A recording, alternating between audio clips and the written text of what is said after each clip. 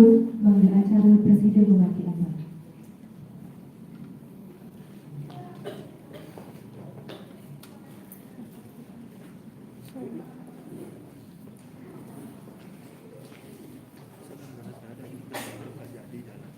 Om Swastiastu. Ketua Program Studi Pendidikan Sastra Agama dan Bahasa Bali, Sane Mustikayan Titiang, Bapak dan Ibu dosen dari Program Studi Pendidikan Sastra Agama dan Bahasa Bali, Sane Baktinya Titiang, Asapuni Katalar Majahari Makasami mahasiswa Program Studi Pendidikan Sastra Agama dan Bahasa Bali, Sane Tresna Sigen Titiang. Pujian Pemastudi Acara Titiang Majahari Ide Samyang Luasa, Duane Sakaning Asung Kertuar Nugraha Ide, Presiden Titiang, Asapuni Katalar Ide dan Sarasami, Kecudo Renggala Sane Bajik Turki, Nyadanin Acara, Widya Kula Kritik Sastra Tembang, Saking mahasiswa Program Studi Pendidikan Sastra Agama dan Bahasa Bali, Semester 6, Kelas A, Sane Kalaksanayang Rahina Makin, Rahina Sukra, Pinanggal 17 Februari, Warsa Kalitali 3 Berikut.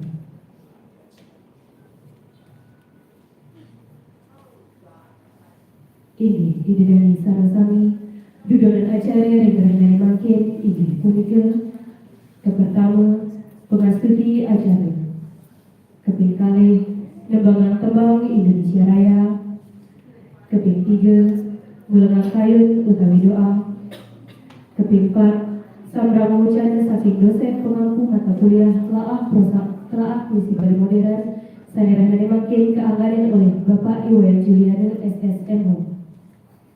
Keping 5 Samrang Wucana Saking Ketua Program Studi Pendidikan Sastra Agama dan Bahasa Bali Negeri Empu Kuturan Singaraja.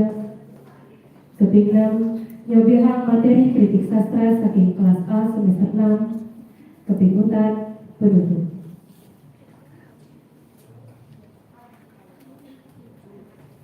Ini ide dari Sarasami, duni acara pemabas sambung mengerti, Sane Makin, acara jadi kelanggurang untuk penembangan tembang Indonesia Raya. Untuk punika Titiang Lunas Majahari ide dari Sarasami mengadat ajudan. Majahari Sang Saningangani telah agung tidak.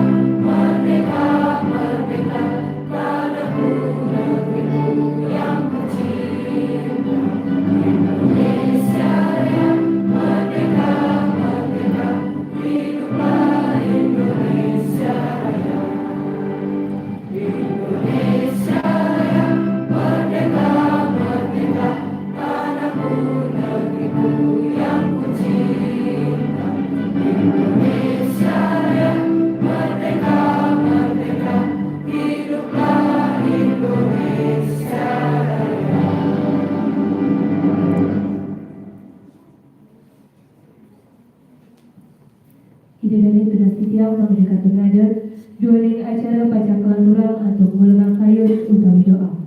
Majahari Sang Saripuni Amongan telah aturang tiga.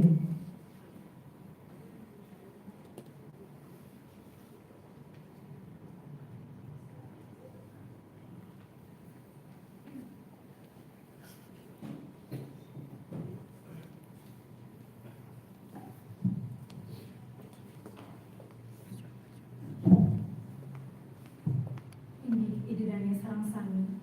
Ugrayang titiang seniman game yang teracara ngastiti puniki manut acara agama Hindu.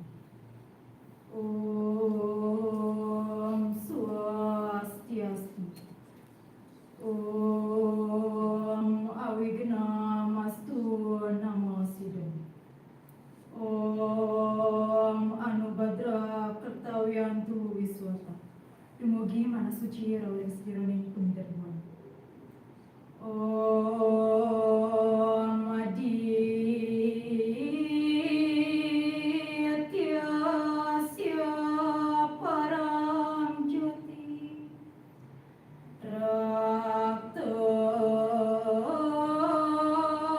Teja Namastuti Sweta Pangkaja Madhyastam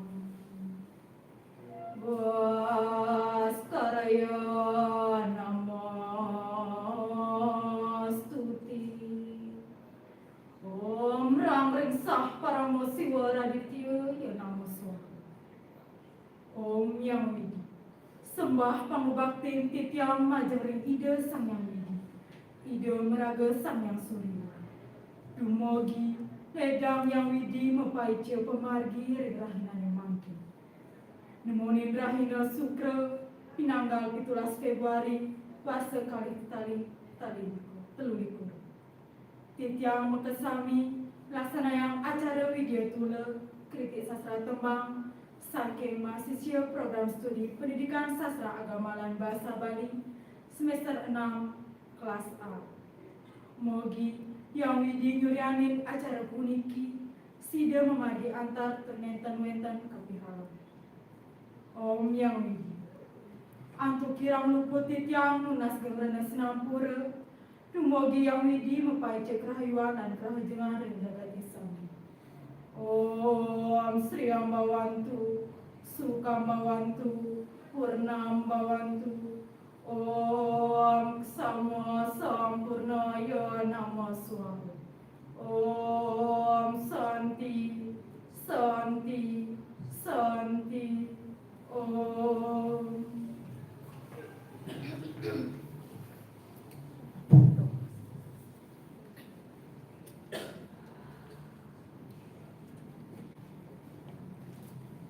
Ini dari sarang sami jurus meliti.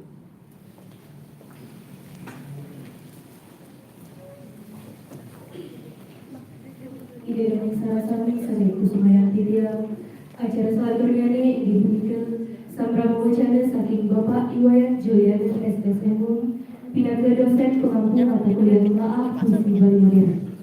Untuk menikah gala atau titiang majelis Bapak Iwayan Joyan.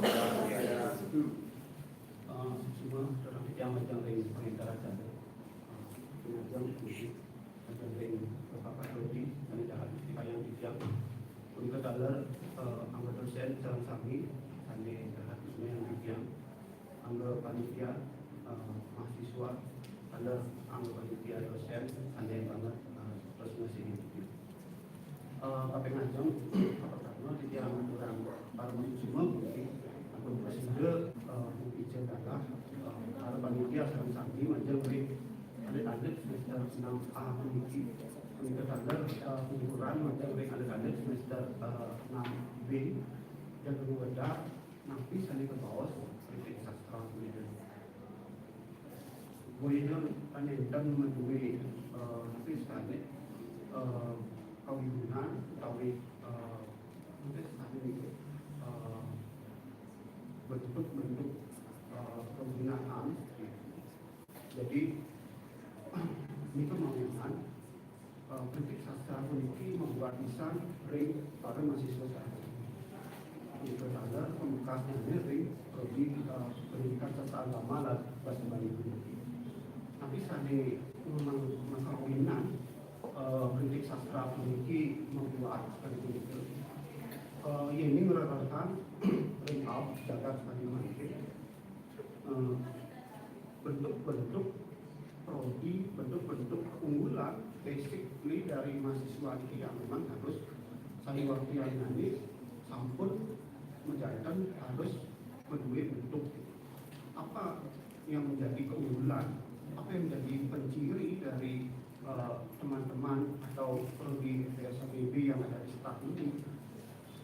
Kita juga mawinan kisah staf ini membuat kisah aman kewenangan ini para mahasiswa ini nanti sekarang itu diberikan media, diberikan panggung, dan diberikan galah, diberikan waktu semacam ini untuk menyampaikan hasil-hasil belajar mereka. Yang seperti Perdana Menteri itu mawasan dan sesel dan basmo sesel itu dari jantan benar seperti itu. Dan sesel pemahaman atau pengetahuan secara praktikul, basmo sesel pengetahuan atau kemampuan secara teoretikal. Ini harus seimbang. Pengetahuan secara praktik dan pengetahuan secara teoritis ini suatu yang memang betul-betul harus diseimbangkan. Lalu untuk apa kita hanya belajar sekadar belajar teoritis di kelas tanpa pernah kita aplikasikan atau pernah kita munculkan bentuk-bentuknya tersebut di hadapan halayak umum. Sehingga siapa yang akan tahu? Jadi tidak akan ada yang tahu hal tersebut bila mana hal itu tidak dipublikasikan. Kan seperti itu kedua karya sastra mungkin puisi, cerpen, satwa, maka kedua saya dewasa ini wantah menggunakan laptop atau laci atau nanti sebenarnya yang itu enten saya kuning bersihkan sampai ngarang dan kuning sampai sihir semeton sana dewasa dan kuning kemudian idenya seorang sami seorang mahasiswa berdua karya sastra pilih-pilih untuk dikenal atau dikenal seperti itu. Kita lihat datanya dipublikasi lah. Itu tidak mawinan atau semua dari para panitia, dari Pak Prodi, atau membicaralah mengenai politik. Membuat pisan dari bulan bahasa Bali ini ukuran yang berikan karena mari kepicu dari Prodi bahasa Bali mengenai indeks bulan bahasa Bali ini ngiring tinggal yang dipilih makarya lomba sambil membuat ring pendidikan ada yang yang lewat manahan cobalah kita membuat suatu bentuk lomba memperlombakan media pendidikan misalnya media pendidikan berbahasa Bali atau apa gitu. Ketika saya membuat kita kalau kangen himpunan kita kalau PKM kita kalau sampul pengrajin di sekolah ini sampul nanti sampul boleh mata kuliah strategi pembelajaran bahasa Bali inovatif sekaligus nanti inovatif unik nanti inovasi yang harus dimasukkan yang harus dikembangkan di dalam mata kuliah tersebut dan sehingga luaran dari mata kuliah ini satu waktu mencantum memang inovatif.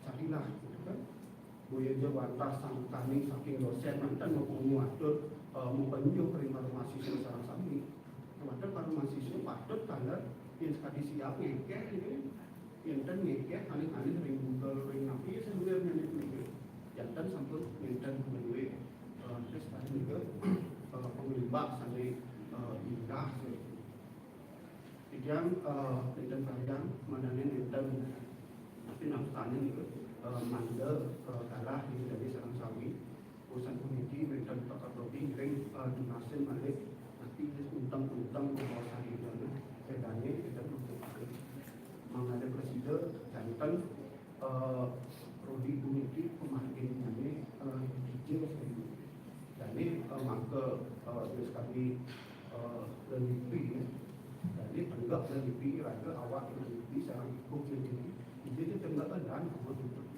mengenai presiden jantan paras-paros atau nangin itu kemudian selanjutnya semua dalam yang penelitian dari anggota panitia dan teman-teman angkatan semester 6 kelas A sebelum memiliki sampul persiapannya luar biasa dan panitia sekalian. Semua adik-adik teman-teman saya sampul tahu semua memiliki ukuran pikiran untuk para peserta.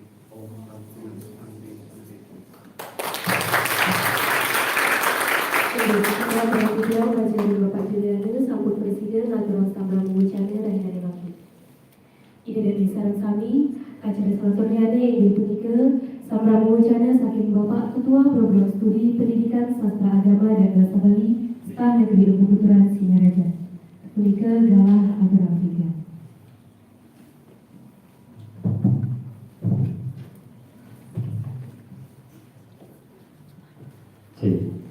Ini semua ini aturan kerja banjir ring menginter cari rangan mungkin ya. Pertama ngiring aturan pengastung karumat ini. Oh, swastiastu. Hati sihnya semangat asalnya. Coba dimulai. Om swastiastu. Om swastiastu. Itu kembang ya. Itu. Ya. Bapak Ibu dosen, saya sampun Presiden Rao, semua niki dari astum kirang niki Ibu Sekprodi, minap kantun menten kegiatan, menten sanedianan sampun cangkep. Pak Awan teman-teman niki. Oh sangkep, amin. Ya, agar panitia bulan bahasa Bali, dan keputusan oleh Pak Adi, semua niki sampun luar biasa, dan pas rainan makin agar memargi kecil adik-adik mahasiswa pernah ke wasan ini pengarantap bareng sejeroning prodi bahasa Bali ini atau seperjalan sarang sami ya kan napi memargi yang program-program dan prodi bahasa Bali sami terus naik yang semester 6 adalah ya rakyat mampir saya pasang masalah ini mindik nanti wastannya ngewedar kritik sastra puisi Bali modern.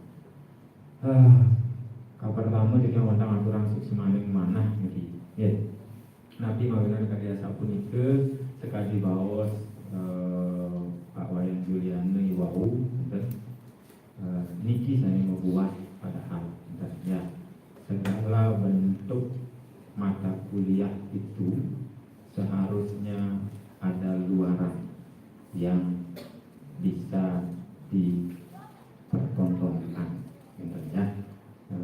Artinya niki silih-silih pepintonan unjuk kerja daripada teman-teman semua setelah mendapatkan nanti wastani niki teori.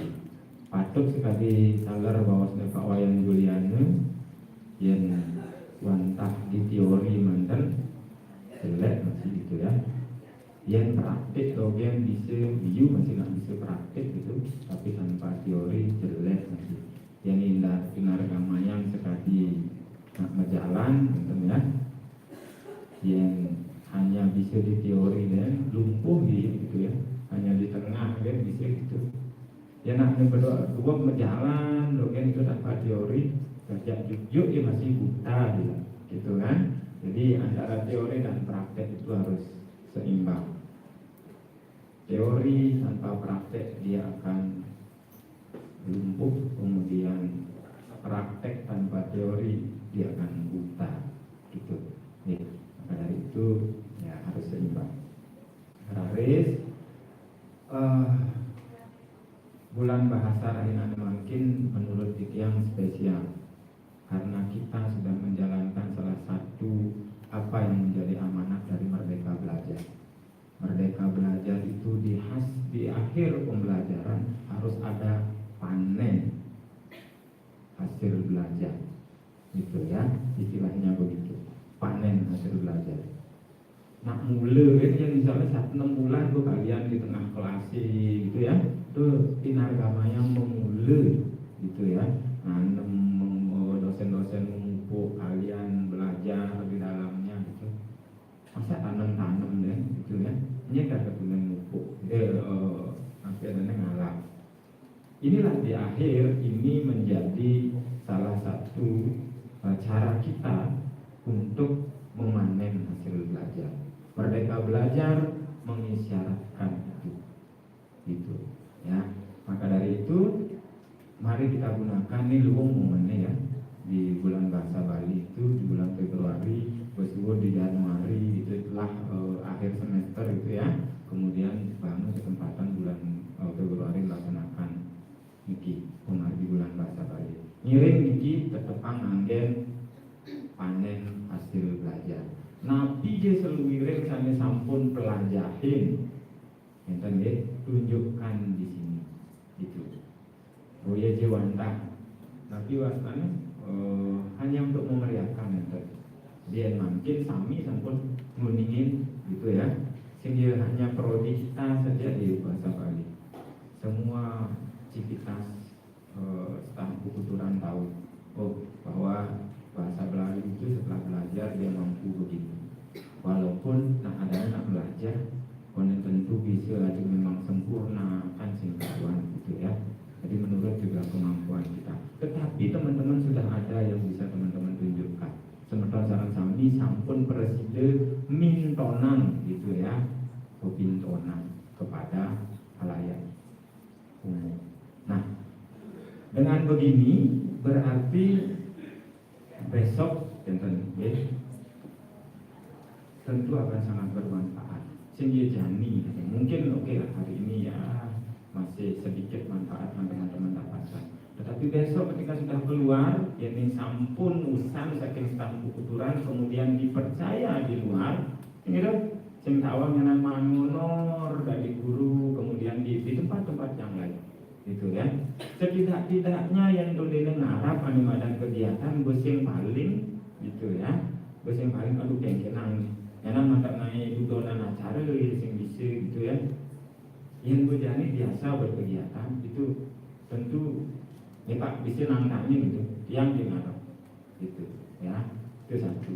Lain ketika besok teman-teman mentransfer banyak pengalaman-pengalaman yang teman-teman tentu bisa share ke adik-adik peserta didik nanti gitu.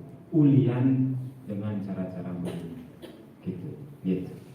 Nah, berkaitan dengan hari ini, kritik sastra ini benar juga apa yang disampaikan Pak Wayan Juliana. Kita memiliki satu hal yang sudah menjadi ciri pembeda. Saya tuliskan itu kemarin di undik saya bahwa ya Diastun sama-sama banyak prodi bahasa Bali di luar sana selain kita, gitu ya. Mulai dari Mendesa yang terdekat, saya sebut saja perguruan tingginya ada sekarang apa ya? Dulu IPGRI sekarang apa? Ada ya, ada kemudian ada ayah kita gitu ya, UHN yang di Mataram mungkin sudah ya, karena kemarin juga sudah sempat membuka prodi bahasa Bali dan yang lain-lainnya. Ada kayaknya PKIP agama Hindu Amlapura juga buka itu ya. Tapi namanya pendidikan bahasa Bali umum. Berbahagialah dan saya setelah menggali itu saya sangat bersyukur dengan nama ini, pendidikan sastra agama dan bahasa Bali, karena ada kata sastra agama di depannya. Walaupun secara eksplisit dalam tanda kurung tentu akan mengarah kepada agama kita, agama Hindu, gitu ya, bukan agama yang lain, gitu. Ya. Kenapa demikian? Karena inilah menjadi penciri beda prodi ini. Teman-teman selain mendapatkan pendidikan bahasa Bali, yaitu bahasa, aksara dan sastranya, itu lebih negatif dengan sastra agama, gitu ya. Nanti besok teman-teman dengan ada penciri ini, gitu, tentu ada kelebihan nilai lebih, gitu, tentang sastra-sastra yang harus menjadi mendarah daging, gitu ya, mendarah daging dalam diri teman-teman. Karena melalui inilah teman-teman besok bisa mendidik, kan gitu ya. Mendidik peserta didik. Karena nih teman-teman dicetak untuk profilnya menjadi calon pendidik gitu ya, calon guru yang gitu. Jadi ingat bahwa apa yang saya sampaikan di kelas gitu, tugas teman-teman, tugas guru itu tidak hanya mengajar, kan gitu ya. Jadi ada 3 yang harus teman-teman lakukan: mengajar, mendidik, dan melatih. Itu telu bahas, makanya ada guru ya. Guru itu bahas gitu, karena ada telu urusannya. Sehingga dia hanya ngajarin deh, gitu ya. Dalam proses mendidik inilah di mana itu kita dapatkan mendidik itu berkaitan dengan baik dan benar, gitu. Nah, melalui sastra-sastra inilah teman-teman bisa mentransfer besok. Oh, channel ini benar, channel ini boleh menurut sastra ini, gitu ya. Jadi ini yang saya rasa sangat luar biasa sekali. Dan saya harapkan besok siapapun yang memegang mata kuliah berkaitan dengan sastra ini, ada Pak Jul, ada Buci, ada Hukum Suari, dan teman-teman yang lain. Saya harapkan terus ada kegiatan seperti ini, karena ini salah satu wujud kita untuk menggali terus-menerus apa istilahnya, amanat-amanat atau apa yang terkandung dalam sastra itu, sehingga besok ini bisa digunakan untuk membentuk karakter siswa oleh adik-adik mahasiswa, gitu ya. Semakin liu nawang tutur, gitu ya, semakin liu menceh, gitu ya.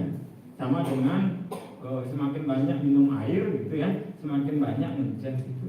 Nah, yang semakin banyak tahu tentang sastra, baik sastra Bali modern ataupun sastra Bali tradisional, tentu ini bisa kita jadikan media besok untuk memberikan pendidikan karakter kepada anak didik kita.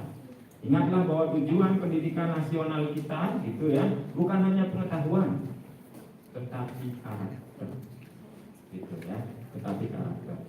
Maka jadikan sarana sastra ini untuk mendidik karakter adik-adik peserta didik kita ke depan, gitu. Oke. Kemudian yang terakhir, mudah-mudahan dan saya yakin, percaya 100% bahwa di dalam pemberian teori, gitu ya, berkaitan dengan kritik ini sudah lengkap diberikan oleh Bapak dan Ibu dosen. Hari ini semester 6 akan mensolah, gitu ya.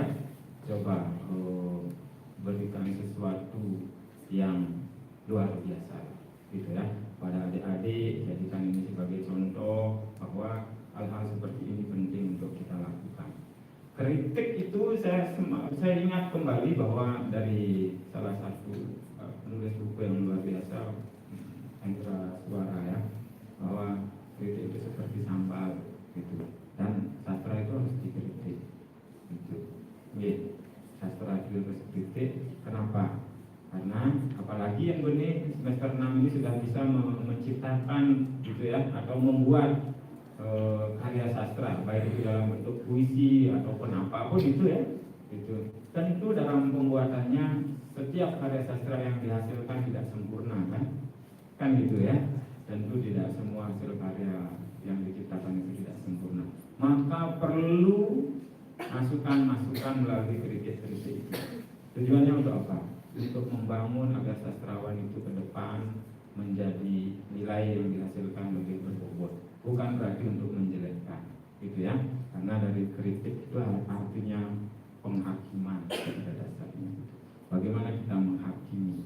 Tapi menghakimi dengan tujuan juga apa? Besok agar bobot daripada karya sastra itu lebih, gitu ya.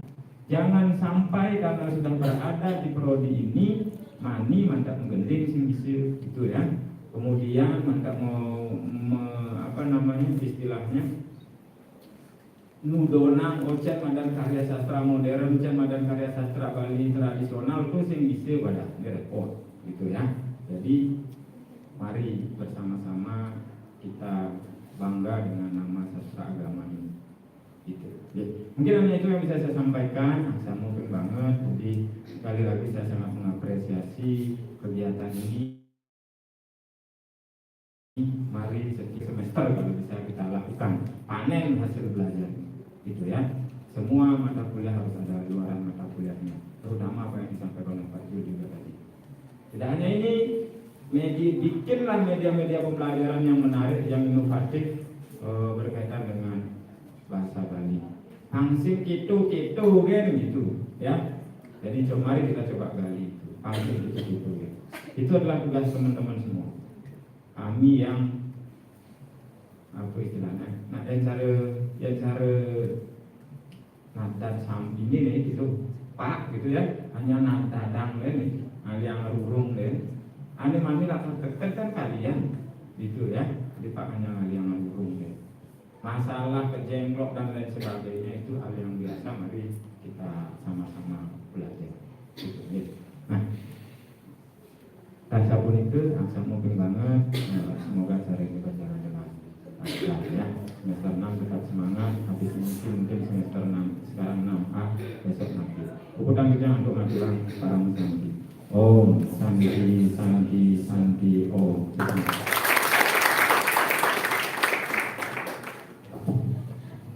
Ini sebuah video mengenai Bapak Kapolri selaku Presiden Aturan Sandra Mucana Rahina Memakin. Ini dari Sarasami Sandi Kusuma yang Tiang acara Sandi Makin ide punika yang bihang materi kritik sastra saking Narawaki. Saya Rahina Memakin acara pacang enter oleh Kadek Budiani tidak ke Pengeteros. Kadek Budiani embas Rempu Kui 3 Januari 2022. Jenis kelamin perempuan, keluarga negara Indonesia, agama Hindu, status sebagai mahasiswa, program studi pendidikan sastra agama dan bahasa Bali di Staf Negeri Keputusan Singaraja, nomor telepon 085 341 965 018, email kadekbudiani318@gmail.com, alamat rumah Jalan Pulau Menjangan, Banyuning Selatan, Kecamatan Baweleh. Pendidikan formal 2008 sampai 2014 SD Negeri 2 Ladongi, 2014 sampai 2017 SMA Negeri 1 Ladongi, 2017 sampai 2020 SMA Negeri 1 Ladongi, 2020 sampai sekarang Staf Negeri Keputusan Singaraja. Pengalaman organisasi 2017 sampai 2019 mengikuti organisasi Persatuan Pelajar Hindu Dharma, jabatan sebagai anggota bidang yaknya. 2021 sampai 2022 mengikuti organisasi HMPS Pendidikan Sastra Agama dan Bahasa Bali sebagai anggota bidang humas. 2021 sampai 2022 dengan organisasi unit kegiatan mahasiswa tari, jabatan sebagai anggota bidang perlengkapan. 2021 sampai 2022 mengikuti badan eksekutif mahasiswa sebagai jabatan sebagai anggota bidang humas. 2022 sampai sekarang dengan organisasi HMPS Pendidikan Sastra Agama dan Bahasa Bali, jabatan sebagai anggota bidang Lembang, dan mengikuti organisasi badan eksekutif mahasiswa, jabatan sebagai bendahara. Ini punika kurikulum vitae saking Pengantar Bawah Sari Mangkin atau punika galah Sari Mangkin Susraha Vidya Majalari Kadek Budiani tidak ke Pengantar Bawah.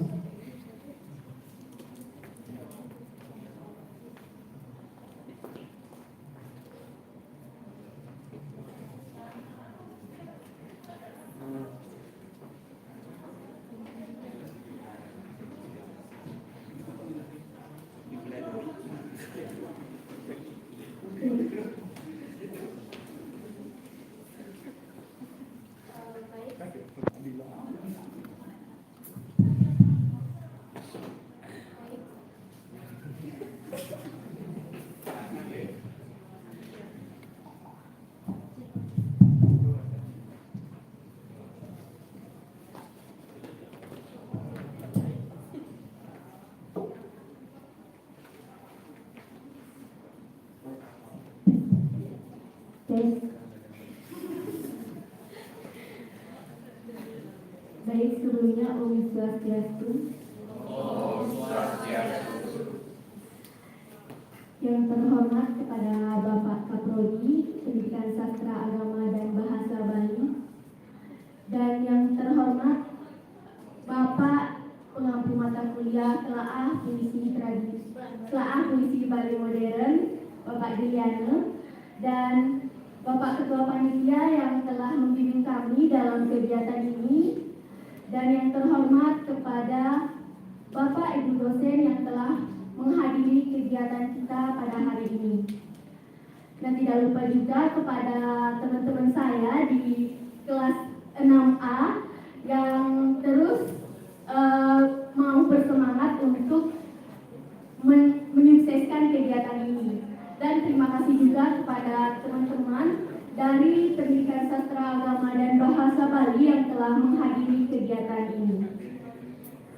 Sebelumnya mohon maaf karena saya menggunakan bahasa Indonesia agar apa yang saya sampaikan dapat tersampaikan dengan baik.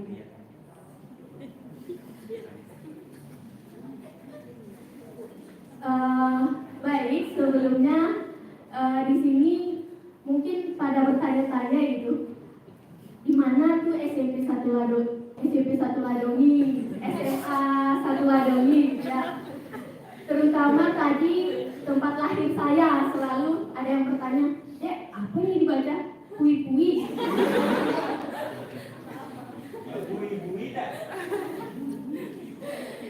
Dibaca Bu Upi ya itu.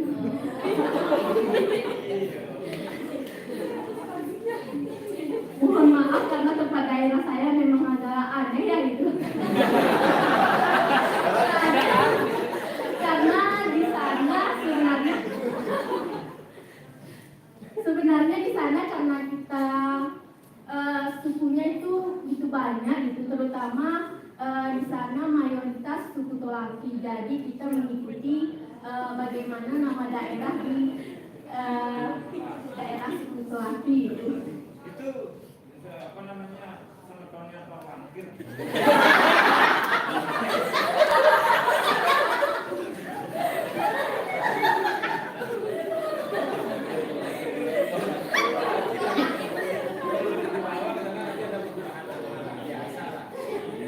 Jadi bawa ke Bali langsung berubah namanya juga Pak. Baik, karena tadi sudah diperkenalkan juga oleh pengenter acara bahwasanya saya bernama Kadek Budiadi gitu. Saya berasal dari Sulawesi Tenggara. Nah, siapa tahu dari teman-teman atau adik-adik ada yang belum tahu bahwasanya saya dari Sulawesi Tenggara. Karena mungkin masih banyak itu yang belum tahu saya gitu. Siapa tahu gitu.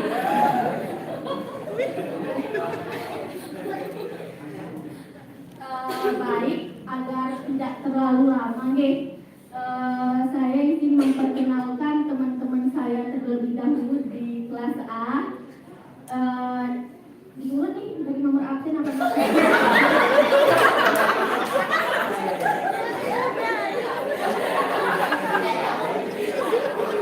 baik, langsung saja. Yang pertama yaitu ada Komang Lisa Anggreni. Dan yang kedua yaitu ada Wayan Kusnatminai sebagai pengenter acara tadi berdiri dan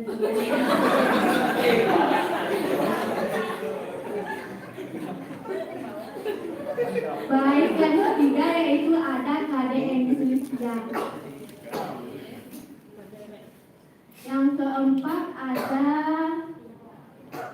Putu Sindia Puri Utami.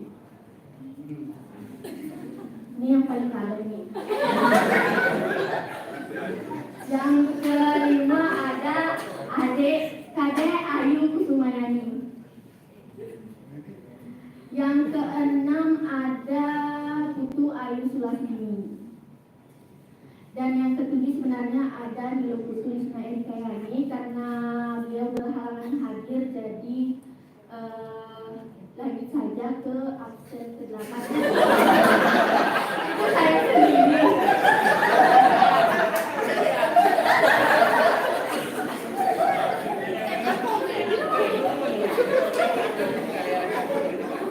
Baik, dan tidak lama langsung lanjut ke absen ke-9.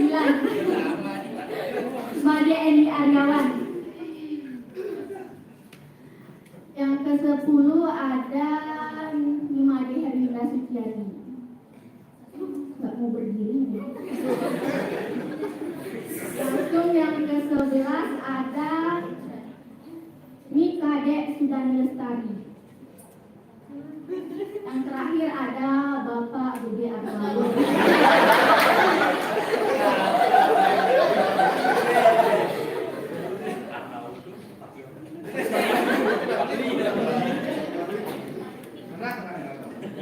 Baik, langsung saja. Nah, dalam kegiatan ini kita sebenarnya ada 3 narasumber dengan 3 puisi yang kami analisis, yaitu yang pertama ada reklamasi, di mana reklamasi merupakan karya dari Iwayan Tojan. Yang kedua yaitu Segara Nyujoh Diri, di mana karya ini merupakan karya dari Iwayan Tojan. Kemudian yang ketiga yaitu ada Sang Bedege dari karya R.K. Jaya Pamangsu. Nah, kemudian sebenarnya kita menganalisis ada 3 teori, yaitu yang pertama ada analisis struktural yang akan dibawakan oleh Putu Cynthia Puri Utami, dan yang kedua yaitu ada analisis semiotik yang akan disampaikan oleh Gede Arnaul. Kemudian yang ketiga yaitu ada analisis ekologi sastra yang sebenarnya akan disampaikan oleh Niluh Putulisna Erikayani. Namun beliau tidak bisa hadir pada hari ini. Nah, untuk mempercepat waktu, saya langsung saja membacakan CV dari ketiga narasumber kita. Baik, sebelumnya kepada para narasumber, silakan ke tempat yang telah disediakan.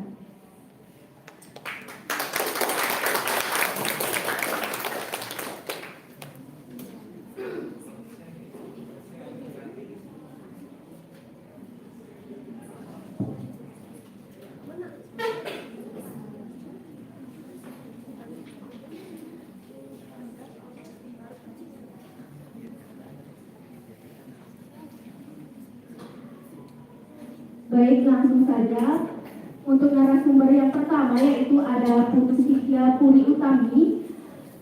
Beliau lahir di Singaraja 27 Agustus 2001. Warga negara Indonesia, agama Hindu. Status sebagai mahasiswa dan program studi pendidikan sastra agama dan bahasa Bali Negeri Instituran Singaraja. Alamat rumah beliau yaitu Banjardinas Amertasari, Desa Pajahan, Pupuan, Tabanan, Bali. Pendidikan formal beliau yaitu yang pertama TK Sila Bakti Pajahan dari tahun 2006 sampai 2008. SD nomor 3 Pajahan tahun 2009 sampai 2014. SMP Negeri 1 Pupuan tahun 2014 sampai 2017. SMA Negeri 1 Pupuan tahun 2017-2020. Dan tahun 2020 sampai sekarang beliau menempuh pendidikan di STA Negeri Pukuran Singaraja. Nah, pengalaman organisasi yang pertama yaitu ada Humas Porkom PIPK, beliau sebagai kabid. Kemudian yang kedua yaitu ada organisasi HMPS Pendidikan Sastra Agama dan Bahasa Bali, beliau sebagai anggota kaderisasi. Kemudian unit kegiatan mahasiswa kaligrafi, beliau sebagai anggota. Kemudian unit kegiatan mahasiswa yoga, beliau sebagai anggota.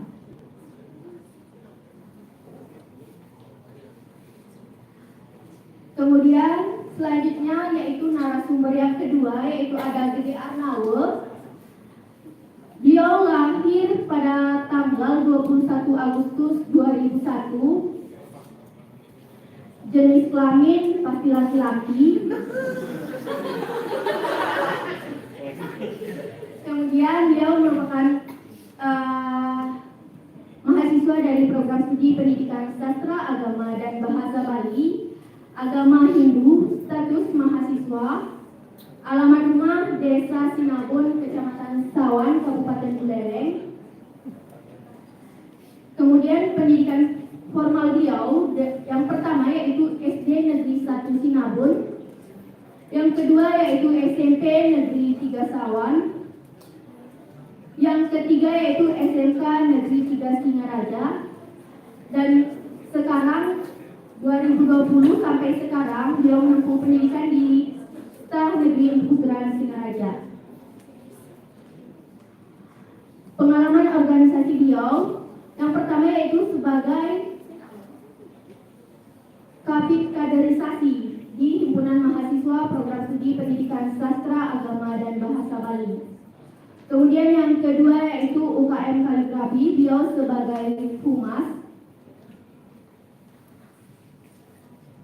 Jenis lomba yang pernah diikuti beliau yaitu yang pertama lomba debat berbahasa Bali, juara 1 tingkat Provinsi Bali. Kemudian yang kedua yaitu lomba kaligrafi di IHDN Denpasar, Bangli. Kemudian CV narasumber yang ketiga yaitu atas nama Nilo Putulisna Erikayani, tempat dan tanggal lahir Nagasari 23 Mei 2002, jenis kelamin perempuan, agama Hindu, status sebagai mahasiswa dari Program Studi Pendidikan Sastra, Agama, dan Bahasa Bali, Sekolah Negeri Putra Singaraja. Alamat rumah yaitu Banjar Dinas Nagasari, Desa Lumbung Kao, Kecamatan Slemadeg Barat, Tabanan, Provinsi Bali. Kemudian pendidikan formal beliau yaitu yang pertama TK Udiana Kumara 1, SD Negeri 1 Lumbung Kao, SMP Negeri 1 Menui, dan SMA Negeri Bali Mandara. Sekarang beliau sementara menempuh pendidikan di Sekolah Negeri Putra Singaraja.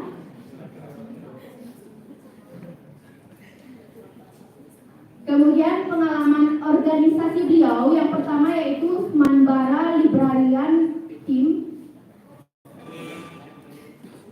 Jabatan beliau sebagai anggota bidang divisi publikasi. Kemudian Pusat Informasi Konseling Remaja, beliau sebagai konselor sebaya. Kemudian PNR Wirabakti Mandara, beliau sebagai wakil ketua.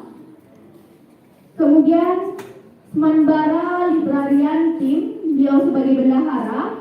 Kemudian unit kegiatan mahasiswa Dharma Gita, beliau sebagai sekretaris. Kemudian unit kegiatan mahasiswa Korps Sukarela Palang Merah Indonesia, beliau sebagai wakil ketua. Kemudian Himpunan Mahasiswa Program Studi Pendidikan Sastra, Agama, dan Bahasa Bali, beliau sebagai anggota bidang hubungan masyarakat. Kemudian Himpunan Mahasiswa Jurusan Dharma Acarya, beliau sebagai anggota bidang penelitian dan pengembangan. Kemudian Badan Eksekutif Mahasiswa, beliau sebagai anggota bidang penelitian dan pengembangan. Dan yang terakhir yaitu organisasi Badan Eksekutif Mahasiswa sebagai sekretaris. Nah baik, ini CV dari narasumber terakhir. Nah karena narasumber terakhir berhalangan hadir pada hari ini dan kebetulan beliau mengonfirmasi tidak bisa hadir baru pagi ini, jadi kami tidak bisa menggantikan beliau dalam menyampaikan materi yang terakhir yaitu mengenai ekologi. Baik, langsung saja kepada para narasumber, apakah sudah siap dengan materinya? Yakin?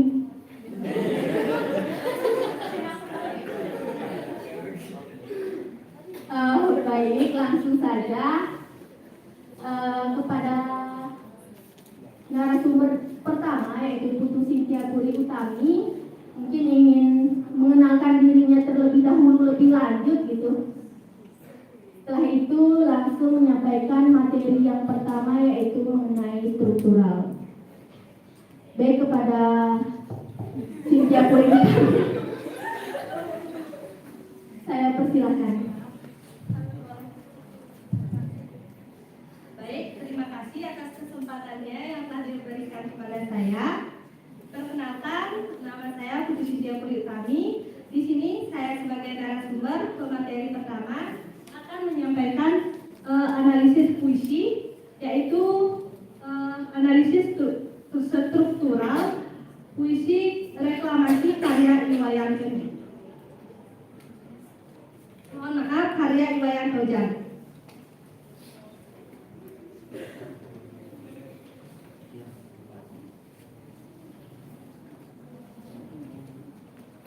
Baik, di sini kita telah mengetahui ya bahwa karya sastra itu merupakan suatu bentuk kreativitas manusia di mana berisi ekspresi atau ungkapan rasa, misalnya rasa kekecewaan, rasa senang, rasa sedih yang kita tuangkan dalam bentuk karya. Dalam karya sastra ini juga terdapat unsur-unsur intrinsik yang dalam karya sastra ini. Yang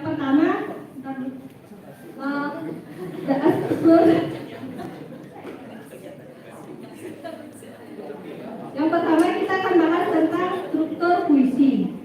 Nah, struktur puisi ini terbagi menjadi dua, yaitu struktur fisik, di mana dalam struktur fisik ini merupakan struktur utama pembangun sebuah puisi yang nyata, misalnya seperti diksi. Diksi itu kan pemilihan kata. Jadi dalam kita membuat puisi itu pasti ada pemilihan kata yang baik dan benar, yang bagus, yang menggunakan imajinasi yang kita gunakan dalam membuat suatu puisi. Yang kedua itu imajinasi. Imaji. Jadi dalam imaji ini merupakan suatu kata-kata yang tepat yang kita pakai dalam membuat puisi. Yang ketiga yaitu tipografi. Mengenai tipografi ini merupakan struktur pembentuk puisi dari luar seperti rata kiri kanan, terus kata-kata misalnya dan huruf kapital ataupun huruf kecil. Yang kedua yaitu struktur batin. Jadi dalam struktur batin ini adalah pembangun puisi yang dimana dibentuk secara tidak langsung menyampaikan inti dari puisi tersebut. Nah, misalnya seperti tema. Dalam tema sebagai unsur utama yang menyampaikan apa sih inti dari puisi tersebut, apa sih makna dari puisi tersebut, seperti itu. Yang kedua yaitu rasa. Nah, dalam rasa kita dalam membaca puisi pasti mengetahui kan puisi ini apa sih maksudnya gitu. Apa sih yang kita rasakan setelah membaca puisi ini, seperti itu. Nah, yang ketiga yaitu amanat. Nah, dalam kita suatu karya sastra pasti berisi amanat atau pesan yang ingin disampaikan penyair kepada pembaca, seperti itu. Nah, baik, sekarang saya akan menyampaikan puisi karya Iwayan Tojan. Mohon maaf jika sebelumnya kemarin saya tidak menyantumkan CV pengarang dalam PPT ini, tetapi saya akan menyampaikan secara langsung.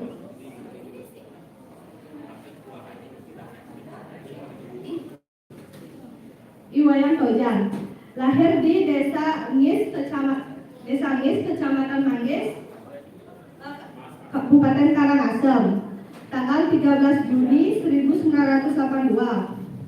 Karya-karya beliau ini dipost dalam Orti Bali dan Pos Bali. Itu saja. Selanjutnya saya akan membacakan puisi yang berjudul Reklamasi karya Iwayan Tojan. Ampurayang titiang puniki. Niki tutur puyung dan tanpa isi. Barangnya tua reklamasi. Kocak muruk kasih di posisi. Ngai Thomas melalui panggil Torres kembali. Mirip subamat oleh tradisi. Mawinan perlu reklamasi. Bintidanieh meluap kasisi. Dini ditulakar abrasi. Nyaru-nyaru kasar isi. Mempinulas kemoman. Hadir kuaman cari. Mulang pekelam dini itu. Bebek siapa yang bertemu. Segehan bilang bucu. Buta kaleng orang beda. Tiga betara dia redukkan. Tusing je merasa. Buta kaleng tuah iragal. Ngai bencana tuah Indonesia.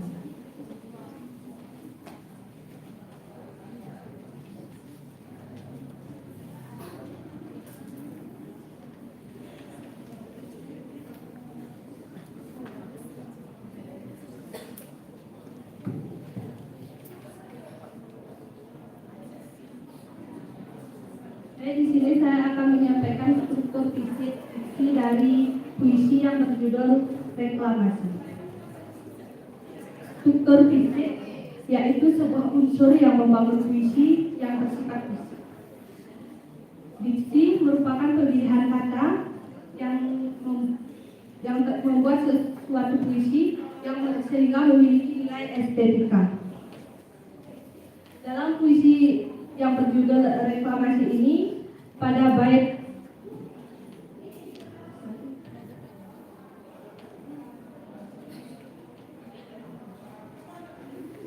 pertama baris kedua terdapat kalimat iki tutur puyung tanpa isi yang memiliki arti seperti omong kosong tidak berisi, tetapi pada maknanya ini bukan berarti tidak ada cerita.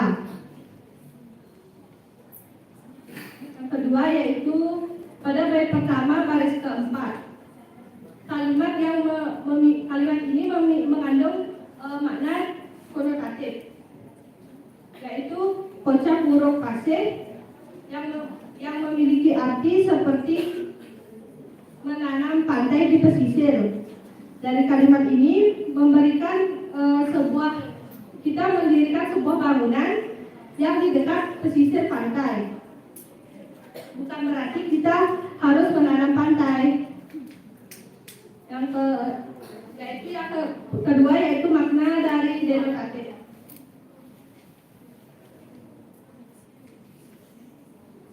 Pada bait pertama baris kelima yaitu pada kata Ngai Thomas Pelali yang memiliki arti bahwa kita membuat suatu tempat pariwisata untuk dikunjungi baik dari wisatawan lokal maupun mancanegara. Yaitu yang kedua yaitu dini ditu abrasi. Jadi dalam kata dini ditu abrasi ini berarti di mana-mana terjadi abrasi. Yaitu pada yang ketiga yaitu mapinunas kemamai, yang artinya bahwa memohon kesana kemari,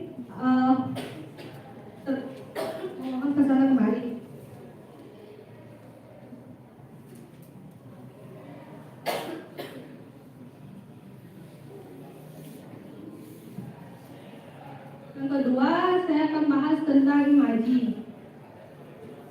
Nah, jadi dalam puisi reklamasi ini terdapat dua imaji, yaitu imaji penglihatan.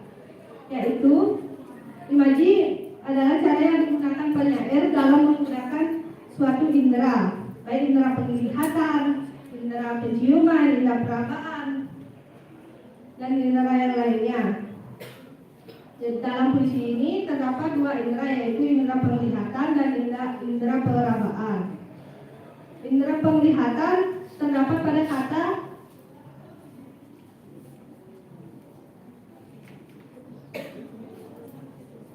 Hai Thomas Melali, yaitu mengajak kita untuk bermain ke tempat pantai atau ke objek wisata agar dinikmati masyarakat luar Bali maupun di Bali.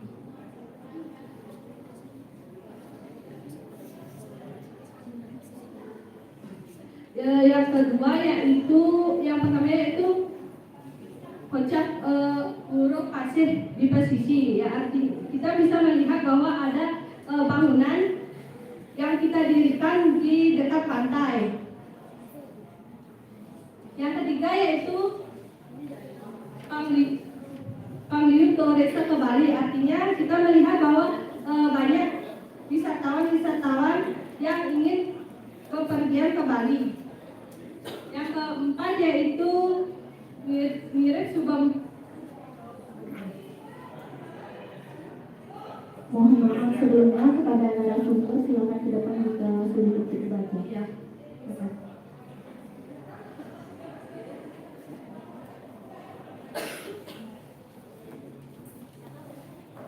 Sini, Puri.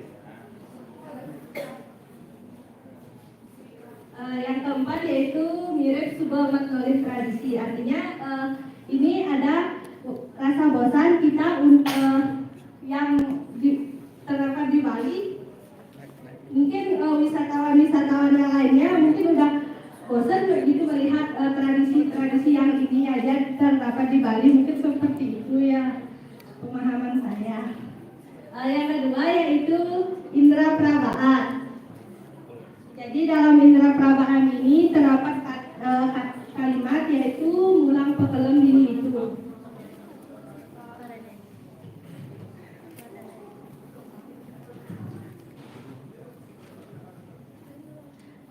Mulang pekelem dini itu berarti kita menenggelamkan sesajen di sekitar di air sebagai wujud rasa terima kasih kita terhadap alam. Yang kedua yaitu bebek siap payu metunu. Jadi dalam kalimat ini secara tidak langsung kita meraba sesajen itu dan ada terdapat kontak fisik yaitu bebek yang dipanggang dan menjadi sebuah sesajen. Langsung tanyakan saja.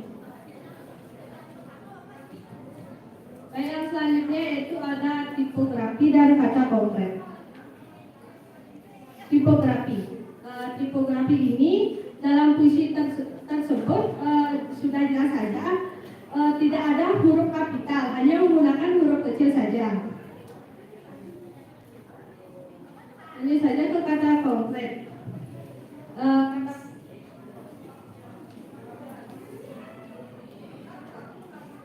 Kata konkret merupakan kata-kata yang digunakan penyair yang bersifat nyata. Yaitu yang pertama yaitu abrasi. Abrasi berarti pengikisan air laut, pengikisan daerah pantai akibat air laut. Yang kedua yaitu meluap. Meluap artinya naiknya air laut naiknya air laut akibat gelombang besar ke daerah pesisir pantai. Yang ketiga yaitu caru. Caru berarti banten yang kita gunakan untuk menetralisir atau menyimbangkan alam sekitar, yaitu khususnya Buana Agung dan Buana Alit.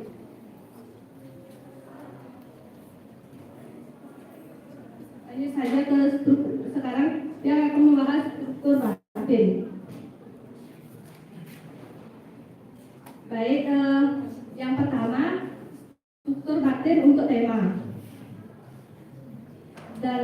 Sudah jelas saja dalam puisi reklamasi itu bertemakan tentang laut.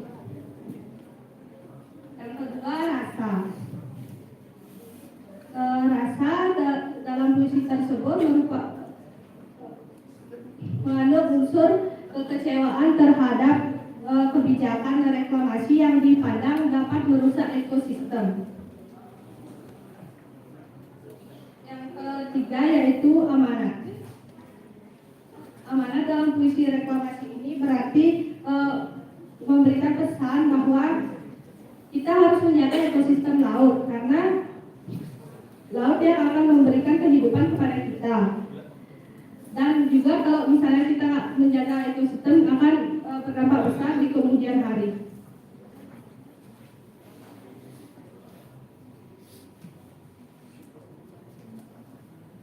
Baik, hanya itu saja yang dapat yang sampaikan pada kesempatan hari ini. Mohon maaf jika ada penyampaian yang kurang jelas, kurang dipahami, kalau untuk penyampaian materi belum lengkap atau yang lainnya, yang mohon maaf untuk sebesar-besarnya. Untuk waktunya dia kembalikan kepada moderator. Terima kasih. Om Swastiastu.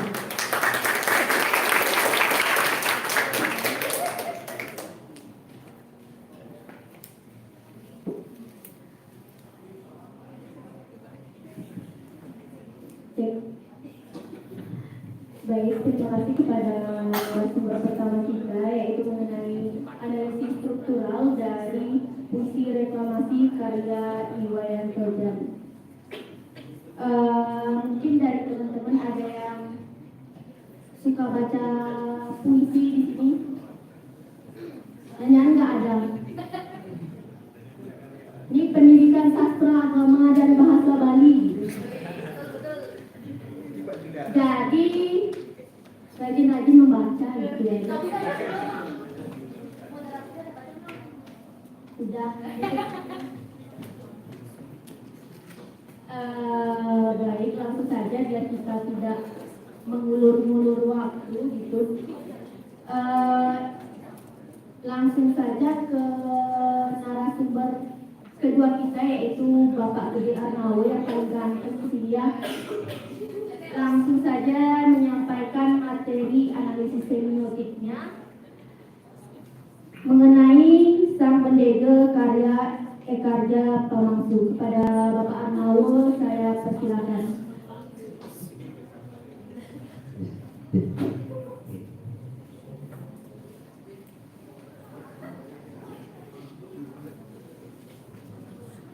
Ini Om Swastiastu. Ini semua itu balasan supaya saya berhati dia moderator, saya menghormati Bapak Kapolri, dan Bapak Ketua Panitia, Bapak Pengampu Mata Kuliah,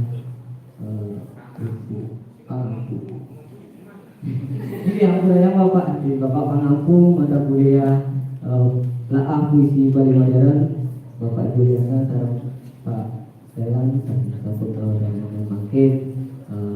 Negara sementara tiangnya di PSABB saya sampun tahu negara yang mungkin. Sedurungnya ini saya tiang dari Arnaul, kuasa tiang dari Arnaul. Sampun kekarang oleh moderator Iwau ya. Langsung saja kita kepada materi. Nah, ini analisis yang mungkin analisisnya untuk penyampaian menggunakan bahasa Indonesia. Jadi teman-teman tidak usah tegang, relax saja ya. Tapi sebenarnya saya tegang, saya relax gitu ya. Itu merupakan majas paradoks. Langsung saja ke materi. Ya, nanti saya tambahkan sih mengenai semiotika. Kembali dulu ke judul. Ya. Mengenai semiotika, di sini saya akan analisis semiotika dalam puisi yang berjudul Sang Pendege karya Ekarja Pamungsu. Tadi moderatornya agak salah yang menyebutkan. Ya. Jadi di sini supaya tidak supaya apa yang saya sampaikan tertuju dengan baik. Di sini saya akan menyampaikan isi materinya. Jadi semiotika. Nah, nanti untuk teman-teman atau rekan-rekan nanti yang akan mendapat materinya bisa dipelajari langsung di sini, dan juga nanti ketika kepada dosen pengampunya, saya harap kalian cak dosen pengampunya dengan pertanyaan, gitu ya. Tidak diam-diam saja, kritislah mulai dari sekarang. Oke, tapi jangan nanti. Langsung ke semiotika. Nah, di sini pada materi pembahasan Yang pertama adalah pengertian semiotika, kedua unsur-unsur puisi, yang ketiga analisis semiotika puisi. Nah, jadi di sini saya akan menerangkan secara dasar dulu arti dari semiotika. Sebenarnya semiotika itu adalah pengkajian sebentar. Nah, sebenarnya semiotika itu adalah ilmu yang mengkaji tentang tanda-tanda bahasa. Ya. Jadi tanda-tanda bahasa tidak hanya sekedar apa yang tertulis, namun juga di dalam puisi itu ada citraan namanya, gerakan. Jadi ketika saya berkedip pun memiliki arti tanda bahasa. Ya, berkedip dengan perempuan ataupun berkedip dengan laki-laki. Itu memiliki tanda bahasa yang lain menurut sudut pandang orang yang melihatnya. Kemudian semiotika ini memiliki 3 cabang pembahasan umum atau 3 cabang ilmu umum yang umum. Yang pertama ada sintaksis. Jadi semester 6 pastinya sudah mendapat mata kuliah sintaksis. Jadi apa itu sintaksis? Pembahasan mengenai apa itu sintaksis. Ya, jadi sintaksis itu adalah pembahasan mengenai frasa, klausa, dan kalimat. Kemudian ada semantik. Semantik itu adalah pembahasan mengenai atau kajiannya mengenai makna kata. Yang ketiga ada pragmatik. Pragmatik itu adalah kajiannya mengenai pemakaian gaya bahasa yang sesuai atau yang sesuai konteks, sudah selaras dengan teksnya. Nah, dari analisis pemaparan tadi, analisis secara semiotika. Nah, ini adalah jadi sebelumnya analisis semiotika merupakan perkembangan dari analisis struktural. Analisis semiotika dicetuskan oleh banyak hakim. Perlu kalian ketahui. Jadi analisis struktural merupakan perkembangan dari analisis semiotika, merupakan perkembangan dari analisis struktural, yang mana bila kita menganalisis semiotika perlu juga kita menganalisis secara struktural agar kita tahu susunan kalimat yang akan kita analisis, begitu ya. Nah, jadi di sini ada ahli-ahli yang mencetuskan semiotika. Pertama, Ferdinand de Saussure. Nah, jadi kurang lebih ya, Ferdinand de Saussure. De Saussure. Ya, lebih semua apa? Ada Charles Sanders Peirce dan juga Roland Barthes.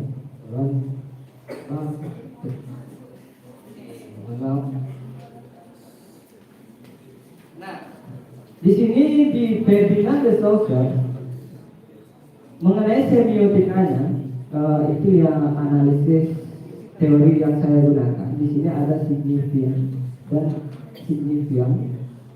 signifi, yaitu ada penanda dan petanda.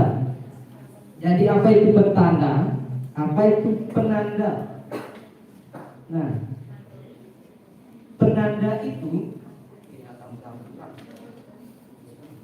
itu merupakan hal yang terungkap oleh pikiran, citraan. Nah, apa yang terungkap oleh pikiran itu disebut penanda. Penanda itu bisa berupa sebuah bunyi, suara, ataupun sebuah gambar. Kemudian, petanda itu makna atau kesan yang ada dalam pikiran terhadap apa yang terungkap. Misalnya, kata pintu.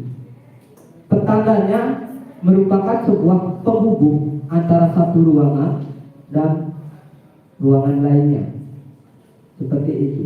Nah, di sini dari Ferdinand de Saussure, antara penanda dan petanda dibagi lagi menjadi 3, yaitu icon, indeks, dan simbol. Itu akan dipelajari lebih lanjut ketika mata kuliahnya ya. Next. Nah, di sini pengertian dari analisis semiotika. Perlu kalian ketahui di sini, menurut Plato 1995 pada halaman berikutnya 143. Analisis semiotika adalah membuat secara eksplisit kata-kata implisit yang terdapat dalam sebuah puisi sehingga mempunyai arti atau makna. Jadi saya terangkan juga eksplisit di sini adalah kata-kata yang diutarakan secara terus terang, sedangkan implisit adalah makna yang tidak ditampilkan tetapi muncul dalam pembicaraan atau makna kata yang tersembunyi. Seperti itu. Jadi itu dulu ya untuk pengertiannya. Kemudian lanjut ke yang akan kita bahas kali ini adalah menuju ke sedikit menyinggung puisinya. Coba next ayo. Nah, di sini unsur-unsur puisi. Analisis semiotika yang saya bawakan ini terbatas pada unsur personifikasi, citraan, hiperbola, sinedok. Itu. Lalu apa itu? Itu akan menjadi pertanyaan. Ketika kita hanya berbicara ini itu, tetapi kita tidak tahu makna artinya, itu akan sulit ya untuk pengetahuan saya yang jadi yang pertama ada citraan. Citraan adalah instrumen biasa yang digunakan bukan mengambil sastrawan, tapi sastrawan pekarya sastra agar kalimat yang diekspresikan dalam puisi menimbulkan gambar visual atau gambaran nyata. Jadi ketika kita membaca puisi itu ada sesuatu hal yang terbayang, gitu ya, terbayang menimbulkan gambaran yang nyata. Bagiannya adalah citraan gerak, ada citraan perabaan, citraan penciuman, citraan pendengaran, citraan pengecap, dan citraan penglihatan. Nah, salah satu contoh dari citraan gerak adalah langkahku mengiringi nafasmu. Nah, jadi seperti itu ya contoh citraan gerak. Jadi citraan geraknya terdapat pada langkah. Kata langkah itu mengandung arti citraan gerak. Kemudian kata istirahatlah saja. Kata istirahat juga memiliki makna gerak, citraan gerak, karena kita beristirahat, tetapi belum tentu kita diam, kita tidak bergerak kan? Seperti itu. Nah, di sini juga di analisis struktural itu termasuk dalam imaji, seperti yang sudah diterangkan oleh materi pertama yaitu Siti Muri Utami. Yang kedua ada sinedok. Seperti apa yang saya katakan pertama itu, tenang-tenanglah kalian di sini. Itu padahal saya yang panik di sini. Apa kalau lidahnya? Tetapi saya berbicara seperti itu. Jadi sinedok di sini adalah kata biasa yang menyebutkan ciri khusus dari suatu hal. Sinedok dibagi menjadi dua.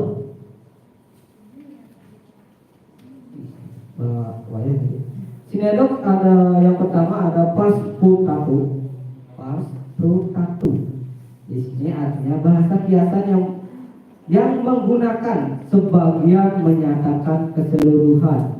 Jadi dia menyatakan sebagian, tetap dia mengungkapkan sebagian, tapi menyatakan keseluruhan dari isi tersebut. Kemudian ada totem tu parte. Jadi di sini bahasa kiasan yang digunakan untuk menyatakan seluruh, untuk menyebutkan sebagian. Ya, di sini yang seperti saya ungkap tadi itu menyatakan seluruh, tapi mengungkapkan sebagian. Sebagiannya itu saya, yang saya ungkapkan ke kalian itu seluruh, itu maksudnya. Kemudian ada hiperbola. Sini hiperbola adalah merupakan bahasa kiasan yang digunakan untuk mencatatkan secara berlebihan dibandingkan dengan kenyataan sebenarnya. Jadi contoh hiperbola seperti ini. Banjir bandang itu menerjang sisi hatiku. Nah, jadi itu dilebih-lebihkan, padahal dia hanya sakit hati kok. Tidak lebih, itu masa diterjang banjir itu. Tidak seperti itu ya, itulah yang dimaksud pewarnaan kata. Kemudian pewarnaan kata hiperbola. Kemudian ada personifikasi. Personifikasi merupakan majas perbandingan di mana bahasa memberikan kesan seolah-olah benda mati itu hidup. Nah, jadi contoh puisinya, contoh bahasa kiasan seperti ini. Sang rembulan memandangi diriku, mengungkapkan sisi hidupku kepada khalayak yang di sana. Nah, jadi seperti itu penyebutannya. Nah, sang rembulan ini bisa disebut kata personifikasi. Yang dimaksud rembulan di sini kan benda mati. Tetapi yang dimaksud oleh pengarang itu adalah sosok tetangga yang kepo dengan dirinya. Hal-hal yang data-data yang ada pada si pengarang ke orang lain seperti itu. Nah, lanjut. Itu yang akan kita bahas di puisi Sang Bendera. Jadi ini kita lihat puisinya. Slide-nya agak terpotong sedikit ya.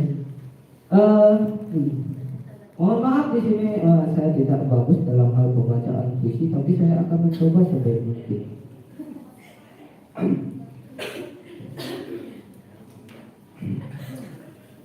Sang Bendera. Memuja arga mengerasa segala. Manatan puyung artinya lagu. Ragatan mundur mayudu melalu. Teguh ngempuk baru ngebalu. Ngebuk ombak ngarabinu. Ngetoy ngecap diri teganggu. Gagebuk urip ngukuhang armerte. Nyujo pagah dan laksana. Ngemagiang suadarmu. Mengraksa anggun. Pindah ke dasar menuju suara.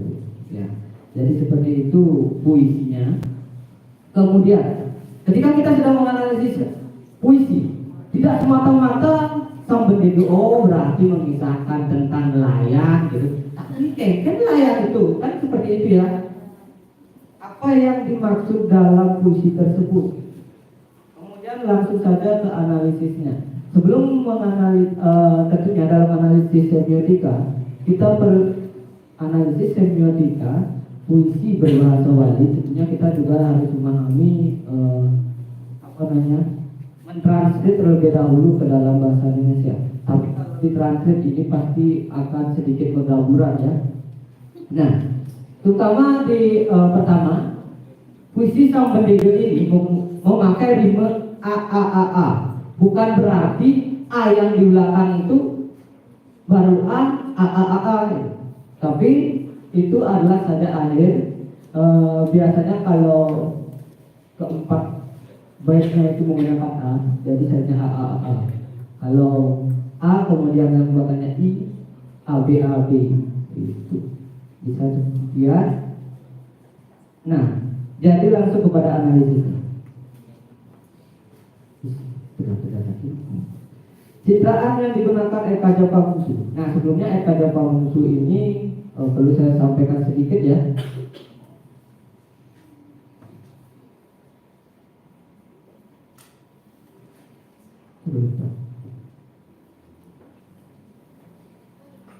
Nah, jadi Eka Japamungsu itu adalah nama panggungnya. Dia bernama Iketut Eriadi Ariana. Ya, kebetulan Ariana ada di sini. Embas sering genahi cupit ring pundukan tudun jaran batur kintamani. Batur kintamani. Malajang awi saking 1938. Rerita puisi membahasa Bali sanika pertama munggah ring media massa Mamurde Purwe Hana Caraka Iwah Palebon. Ke detik biodata yang bisa saya dapat di Google mengenai puisi karangan pengarang puisi Sang Bendera. Jadi puisinya sangat menarik dan lumayan bahasanya, gitu ya. Jadi pada sajak pertama kembali ke analisis semiotika. Di sini sajak pertama memuja agra mangraksa segara. Nah, apa maksudnya? Oke, jadi memuja agra. Agra kalau kita translate ya, jadi memuja puncak, menjaga laut. Seperti itu ya. Apa yang dimaksud memuja puncak menjaga laut? Nah, itulah pentingnya semiotika. Puncak yang dimaksud tidak semena-mena. Puncak bisa gunung. Tapi di sini puncak yang dimaksud adalah ketinggiannya, seperti puncak. Ketinggian Sang Bendera, sang nelayan untuk menjaga sebuah lautan. Jadi hasrat yang tinggi dari sang nelayan untuk menjaga lautan. Kenapa? Kenapa memerlukan akhlak yang tinggi untuk menjaga lautan? Ya nanti pada akhir kita akan temukan. Kemudian di bait 2 menyatakan manah tan puyung atine lega. Pikiran yang tidak kosong, hati pun lega. Nah, jadi pikiran yang tidak kosong di sini apakah dia mumet? Apakah dia banyak pikiran sehingga membuat hatinya lega? Tidak seperti itu.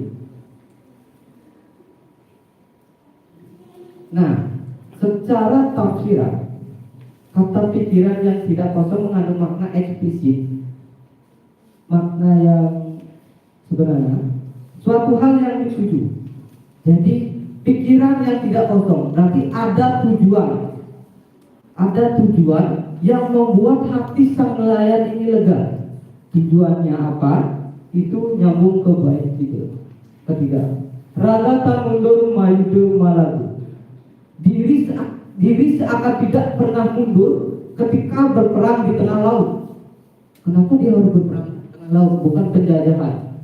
Nah, ketika secara implisit seperti itu, ini bait ketiga, raga tan mundur maidu malagu. Kemudian bait keempat, teguh ngempuk baru nebalu. Bait kelima, ngebuk ombak ngalap mine. Di sini merupakan sarana keputusan hiperbola yang dimana ini dilebih-lebihkan, gitu ya. Teguh ngempuk baru nebalu, berdiri kukuh untuk membelah samudra. Ngebuk ombak ngalap mine, memukul ombak, bertarung melawan ombak untuk menangkap ikan. Seperti itu. Jadi tujuan dari bait kedua itu terdapat di bait ketiga, 4, 5. Jadi tujuannya untuk mendapatkan ikan hasil laut seperti itu nantinya. Hiperbola pada bait 3, 4, 5 diterangkan pada kata maide, ngempuk dan ngebuk. Itu adalah kata yang membuat kalimat menjadi berlebihan. Itu hiperbola. Arti yang dinyatakan di sini raga termundur maido malagu. Diri tidak akan pernah mundur ketika berperang di tengah lautan. Jadi sang pendeta tetap pendirian bahwasanya di tengah laut saya akan berjuang mati-matian untuk menangkap ikan atau berperang di tengah lautan untuk tetap bisa mencari nafkah. Teguh ngempuk baru nebal. Sang nelayan akan terus menyeberangi lautan. Bukan menyeberangi ya, terus berlayar itu untuk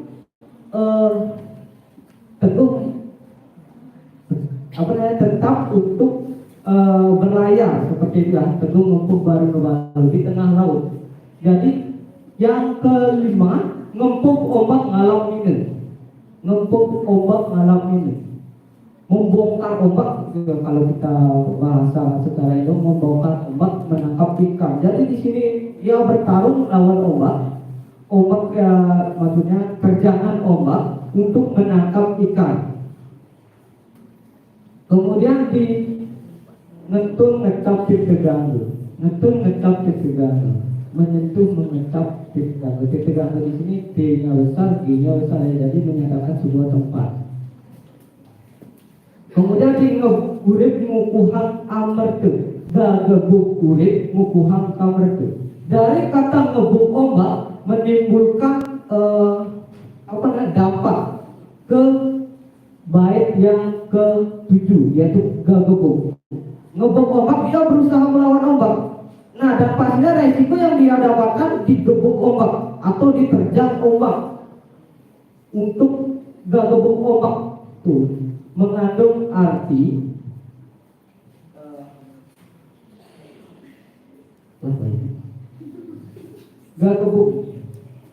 gagebuk kulit mukuhang amartu. Nah, makna dasarnya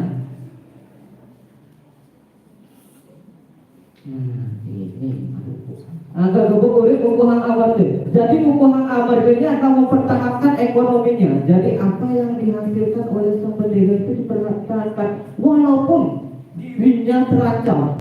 uripnya terancam di sini, gegebuk oleh ombak, diterjang ombak, tapi dia tetap berusaha untuk mempertahankan atau tetap mencari ikan, gitu. Nujuh pagah dan laksana. Nujuh pagah dan laksana. Yang dimaksud di sini adalah kekebalan atau dasar kekuatan. Jadi nujuh pagah berarti sang nelayan sedang berusaha untuk melatih dirinya agar tetap menjadi kuat. Nujuh pagah. Nujuh itu memberikan makna ada proses, pagah kekuatan gitu. Ada proses dari sang nelayan ini untuk menjadi tetap kuat. Kemudian dana laksana, kemudian dia akan mendapatkan sebuah apa yang dia inginkan, yaitu mempertahankan untuk mendapat rezeki, seperti itu ya. Kemudian di Ngemargiang Swadharma. Jadi dari perjuangan sang bendega, sang nelayan ini, itulah caranya dia untuk menjalankan swadharmanya. Jadi secara majas alegori. Jadi kata kiasan yang ditujukan untuk sebuah gambaran kehidupan, itulah majas alegori. Di sini Ngemargiang Swadharma. Jadi di sini tampak tertera dari awal sampai akhir itu tidak membahas keluarga sang bendega. Apakah dia sudah berkeluarga? Apakah dia masih ada? Apakah dia masih anak-anak? Di Ngemargiang Swadharma ini terdapat dia punya kewajiban untuk menjalankan tugas, untuk menjalankan misinya. Berarti dapat kita simpulkan sang bendega ini atau sang nelayan ini mempunyai sebuah keluarga yang harus dia hidupi. Sehingga sang bendega ini berjuang mati-matian melawan iklim, melawan ombak ataupun melawan terjangan arus yang sangat deras agar bisa mendapat buah rezeki. Seperti itu ya. Kemudian mengerak ke angge. Nah, mengerak ke angge pinake dasar menuju swarga. Pinake dasar menuju swarga untuk sebuah dasar itu. Mengerak ke angge ini semua seperti introspeksi diri untuk dasar menuju swarga. Jadi apa yang dia introspeksi? Jadi sang nelayan ini berpikir bahwasanya saya harus tetap berjuang untuk keluarga. Saya harus tetap berjuang di sini. Pindah ke dasar menuju swarga. Itulah yang menjadi dasar untuk swarga. Jadi swarga di sini tidak semena-mena alam yang di sana. Swarga ini adalah bentuk kebahagiaan dari sang nelayan. Apa itu kebahagiaannya? Adalah terisinya rezeki, terisinya perut keluarganya. Itulah yang menjadikan surga atau keindahan dalam hatinya. Nah, jadi seperti itu. Kemudian dapat saya simpulkan dari analisis semiotika yang dipakai untuk mengulas puisi sang bendega atau menganalisis. Jadi sekali lagi di sini analisis sang bendega secara semiotika ini menurut pandangan saya. Ya, jadi analisis semiotika itu bisa menurut pandangan seorang analisis, begitu ya bahasanya ya.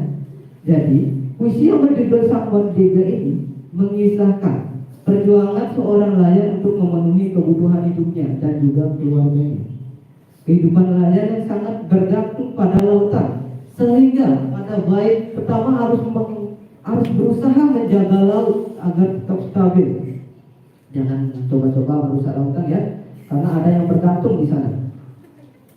Dari kekayaan laut sehingga sumber mata pencarian nelayan ini menjadi terpenuhi, mengakibatkan nelayan mempunyai arah tujuan untuk memenuhi kebutuhan hidup dirinya dan keluarga. Itu pada bait kedua. Dalam keseharian yang dalam kesehariannya, sang nelayan tidak heran ketika berpergian di tengah laut harus berjuang melawan iklim yang ekstrim, terjangan ombak, badai laut. Namun sang nelayan tetap berjuang untuk melawan ganasnya iklim tersebut untuk mendapatkan ikan. Itu terdapat di bait kelima, 4 dan 6. Melawan ombak tentunya memberikan resiko yang besar kepada sang nelayan sehingga dia harus bertaruh nyawa menghadapi terjangan ombak. Itulah saya maksud di Gabebuk tadi. Demi bisa mempertahankan perekonomian keluarga, nelayan mempertaruhkan nyawa di tengah laut. Tetap konsisten apapun yang terjadi di laut, ia tetap bertahan demi mendapatkan uang, demi mendapatkan rezeki. Itu terdapat di bait 7 dan 8. Karena kewajiban sebagai kepala keluarga nelayan selalu mengintrospeksi diri agar menjadi lebih baik dan lebih baik lagi. Selalu belajar untuk mengetahui celah untuk melaut, selalu berusaha lebih keras untuk mencari rezeki sehingga dia bisa membahagiakan keluarganya. Oke, jadi seperti itu yang dapat saya sampaikan mengenai analisis semiotika. Tentunya banyak kekurangan yang belum ada saya sampaikan mengenai analisis semiotika. Banyak kekurangan yang saya sampaikan tadi. Jika ada seperti itu, saya minta maaf sebesar-besarnya pada Bapak Panitia dan dosen pengampu mata kuliah. Jadi saya akhiri di sini dengan kata terima kasih. Umum 111.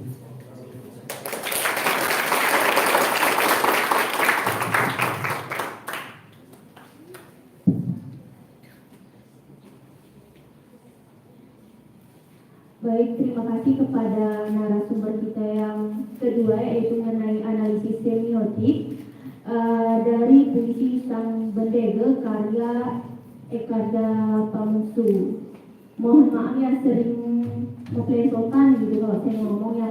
Kebetulan nuneket itu logat Sulawesi ditahuin soalnya lulus langsung pulang Sulawesi gitu. Baik, karena narasumber kita yang ketiga berhalangan hadir, jadi beruntunglah kalian, mungkin jadinya lebih berkurang gitu kursinya mengenai analisis ekologi sastra gitu. Mungkin dari teman-teman banyak yang penasaran mengenai analisis ekologi sastra, bisa mungkin langsung datang di kelas A gitu nanti, Bu apa tuh ekologi sastra, soalnya narasumbernya nggak datang waktu kritik sastra gitu. Kebetulan ekologi sastra itu kan mengenai alam. Nah, dimana dalam analisis ini jarang sekali orang-orang mengambil analisis ini dalam menganalisis suatu puisi, karena dalam analisisnya cukup sulit, sehingga sedikit peminatnya untuk menganalisis ekologi sastra ini. Baik, langsung saja pada sesi tanya jawab. Mungkin dari teman-teman ada yang bertanya-tanya mengenai materi yang telah disampaikan oleh para narasumber kita, yaitu terutama di semiotika. Mungkin teman-teman penasaran kata-kata implisit seperti apa itu maksudnya dalam puisi yang disampaikan. Nah, terus dalam struktural, di mana ada yang namanya imaji, perabaan, ada perabaan gitu dalam puisi. Nah, maksudnya di perabaan dalam puisi apa yang kita rasakan, maksudnya bagaimana perabaan itu di dalam puisi. Nah, mungkin siapa tahu ada yang bertanya juga sama Bapak Arnau bagaimana caranya mengedik cewek biar mau gitu. Kemudian masalah kata-kata dari puisi tersebut, dalam puisi Sang Bendege banyak sekali kata-kata yang sulit. Mungkin dari teman-teman banyak yang penasaran kata-kata sulit itu dalam semiotika maksudnya seperti apa, seperti itu. Baik, sekarang saya buka untuk sesi tanya jawab kepada teman-teman yang ingin bertanya kepada para narasumber kita hari ini. Silakan ajukan tangannya.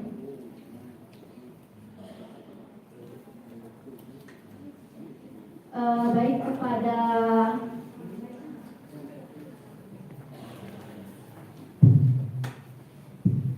Soekarno langsung.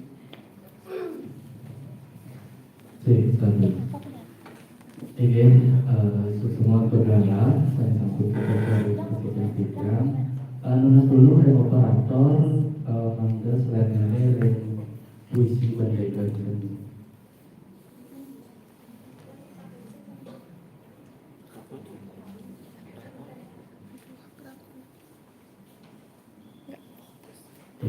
Semua. Nah, ini uningayang wastan titiang iwayang Soekarno Yase titiang mahasiswa saking program studi pendidikan sastra agama dan bahasa Bali semester 4 kelas A. Nah, ini yang jadi mataken pada renara semua sampai kuping kalit ke biar nawo ini teori sastra semiotika kita. Nika menganalisis mengenai puisi Sang Bendega sane kekaryaan oleh Ekaja Pemungsu. Nah, ini ring bait ka pertama nika baris pertama wenten memuja agra mengeraksa segala. Nah, seperti itu. Jadi di sini dia masih bingung agra nika napi.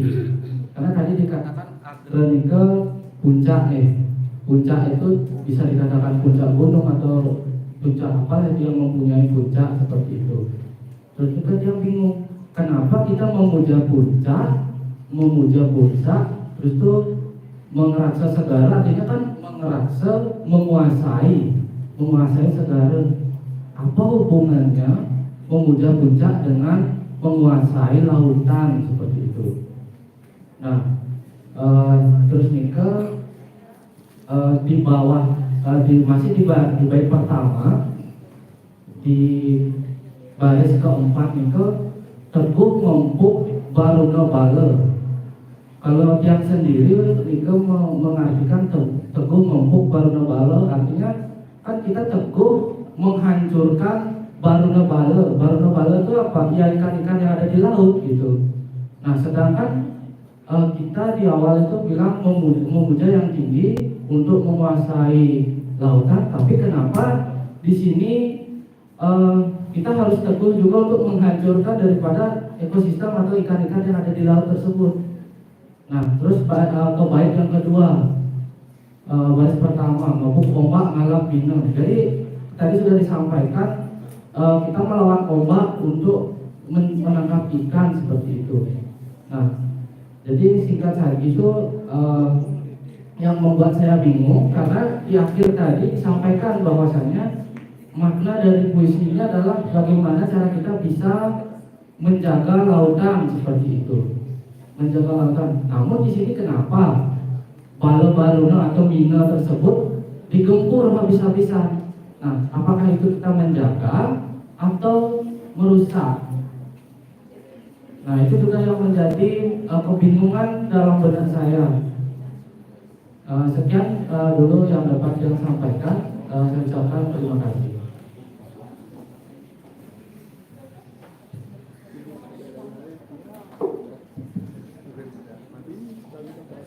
Baik, terima kasih kepada Saudara Soekarno atas pertanyaannya. Di sini pertanyaan yang pertama yaitu mengenai puisi Bendega.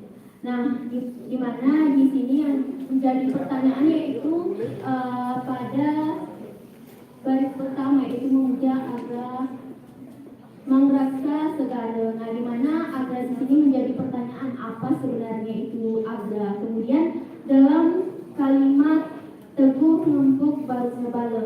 Sementara di atas kita adanya maksud memuja puncak dengan hutan. Nah, apa hubungannya memuja puncak dengan hutan? Kemudian kenapa? Apa hubungannya memuja puncak dengan menguasai lautan atau menguasai? Baik, mohon maaf. Apa hubungannya memuja puncak dengan menguasai lautan seperti itu ya? Baik, kemudian yang kedua yaitu kenapa Teguh ngempuk baru ngebale, sementara di awal adanya kita memuja puncak, namun dalam kalimat selanjutnya yaitu kita mengapa lautan itu digempur habis-habisan seperti itu ya. Baik, langsung saja kepada narasumber, bisa langsung dijawab biar tidak lupa akan pertanyaannya. Oke, jadi terima kasih ya untuk pertanyaan yang pertama dari Starfield. Langsung saya tanggapi ke pertanyaan yang pertama di bait pertama, bait keempat dan bait kelima. Nah, di sini menjadi sebuah kebingungan atau badannya beda pengertian ya mengenai hubungan antara kalimat. Nah, perlu saya juga terangkan di sini atau perlu saya tekankan di sini bahwa semiotika, analisis semiotika adalah analisis yang menerangkan eksplisit. Jadi menerangkan secara eksplisit berarti menerangkan apa yang implisit. Implisit itu adalah dapat diartikan atau dapat disederhanakan, ini mengandung makna yang tersembunyi dari setiap katanya. Jadi eksplisit ini adalah menerus terangkan dari kata tersebut. Nah, di sini juga bahwa itulah sulitnya menganalisis sebuah puisi. Jadi kita tidak semena-mena tahu gambaran dari puisi tersebut, apalagi puisi yang berbahasa Bali. Kita tidak bisa tahu, oh baru baca awalnya saja, oh berarti ini jalan ceritanya loh. Baru baca di pertengahan, oh ini jalan ceritanya loh. Bahkan baru baca 2 kali secara penuh sudah tahu, itu sulit. Ya, bukan tidak bisa, itu sulit untuk mengartikan arti yang sebenarnya. Tapi sekali lagi, ini analisis. Ini analisis menurut pandangan saya ya. Ini analisis menurut pandangan saya yang dibantu oleh teman-teman dari kelas 6A. Gitu. Jadi untuk yang pertama hubungan puncak gitu ya, untuk menguasai lautan. Jadi akhir di sini saya temukan puncak itu. Jadi puncak itu tinggi, itu yang sebenarnya ya. Kemudian menguasai lautan berarti hasrat yang tinggi untuk menguasai seluruh lautan, begitu ya jadinya kalau disederhanakan. Tapi terkait dari pertimbangan dari bait-bait selanjutnya, itu berarti saya berpikir secara semiotika makna eksplisitnya dari ini berarti adalah ada rasa yang tinggi untuk di sini mengerakse itu menguasai, bukan langsung menguasai ya, tapi setidaknya menjaga, karena kita tidak bisa untuk menguasai sebuah lautan. Itu secara gininya ya, apa namanya, nalar ya, kita berpikir menguasai lautan itu tidak bisa, kita bisa menjaga. Jadi apa yang dimaksud dari sang ekor Jepang Mungsu ini berarti sang nelayan ini berusaha untuk menjaga lautan. Itu analisis saya gitu. Kemudian di bait keempat, Teguh ngempuk baru ngebale. Nah, di sini kok Teguh ngempuk gitu ya. Ngempuk di sini berarti membelah gitu kan. Baru ngebale. Teguh ngempuk baru ngebale berarti membelah samudra. Nah, atau membelah ekosistem. Jadi ngempuk, kata ngempuk ini mengandung hiperbola. Dan seperti yang saya jelaskan, artinya ada kata berlebih-lebih, dilebih-lebihkan supaya puisi ini terlihat wah, terlihat megah, terlihat puisi ini sangat membara. Begitu ketika dibaca, baru dengar kata ngempuk, berarti dia mampu untuk membelah ekosistem, membelah baru ngebale, membelah apa yang ada di lautan. Tapi tidak seperti itu eksplisitnya. Jadi ngempuk di sini berarti saya analisis dengan pertimbangan bait yang sebelum-sebelumnya adalah mengarungi. Ngempuk eksplisit yang saya atau analisis yang saya dapatkan itu adalah dia mengarungi untuk menjelajahi lautan atau menjelajahi, kalau memang itu ekosistem, untuk dia menjelajahi ekosistem di lautan, dia berlayar. seperti itu. Kemudian ngebuk ombak ngalam minggu, ngebuk ombak. Nah, kata ngebuk di sini juga bahasanya yang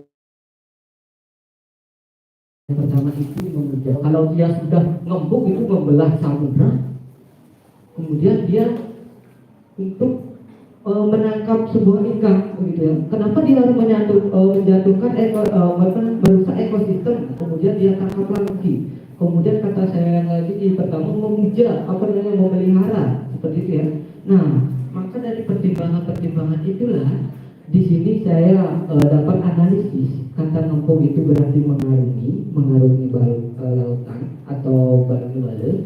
Kemudian ngebuk ini berarti ngebuk, kalau tadi siapin ngebuk gitu kan, melawan, menerjang gitu ya. Ngebuk ombak berarti dia menerjang ombak untuk mengalami ini. Sang Eka Mansur ini mengekspresikan bahwa dirinya seorang nelayan yang berusaha untuk menangkap ikan di tengah terjangan ombak. Jadi di situ dia diberikan hiperbola, ngebuk ombak mengalami ini. Jadi seperti itu. Jadi simpulannya, analisis semiotika ini tidak bisa semata-mata kita gambarkan sebagai apa yang kita lihat di bait pertama, kemudian menjadi sebuah hasil di akhir.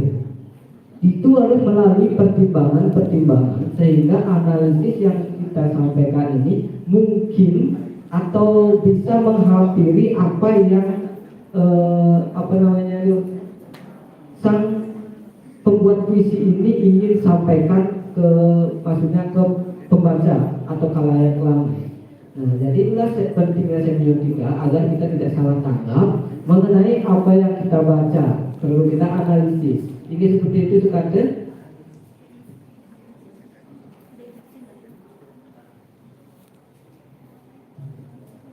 Jadi kepada penanya, apakah ada tambahan atau bisa diterima?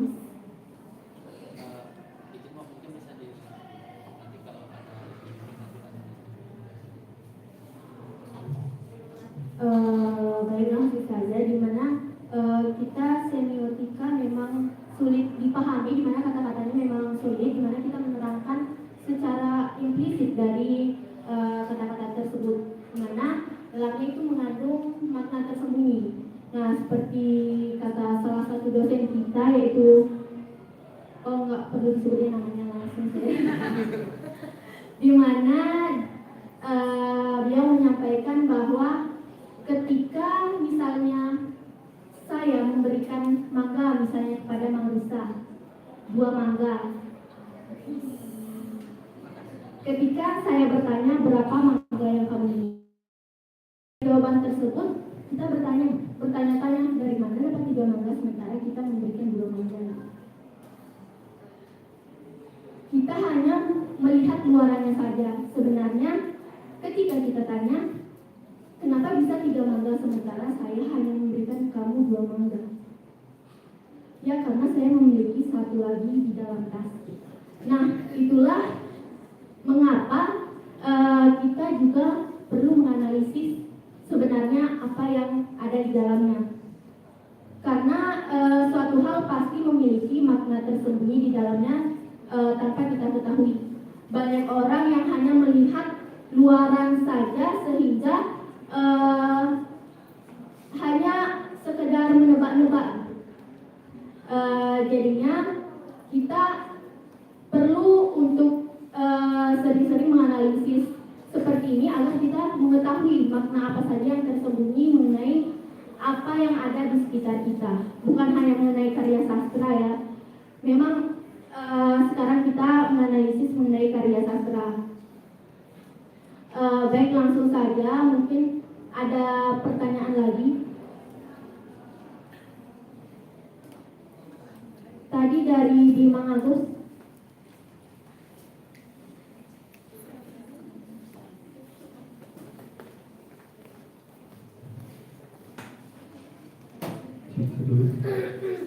Ini teman adalah yang memperkenalkan diri mana ini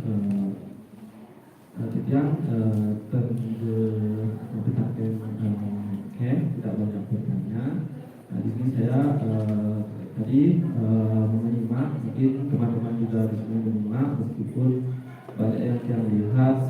fokus di handphone ya.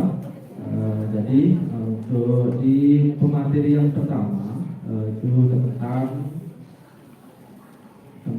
puisi reklamasi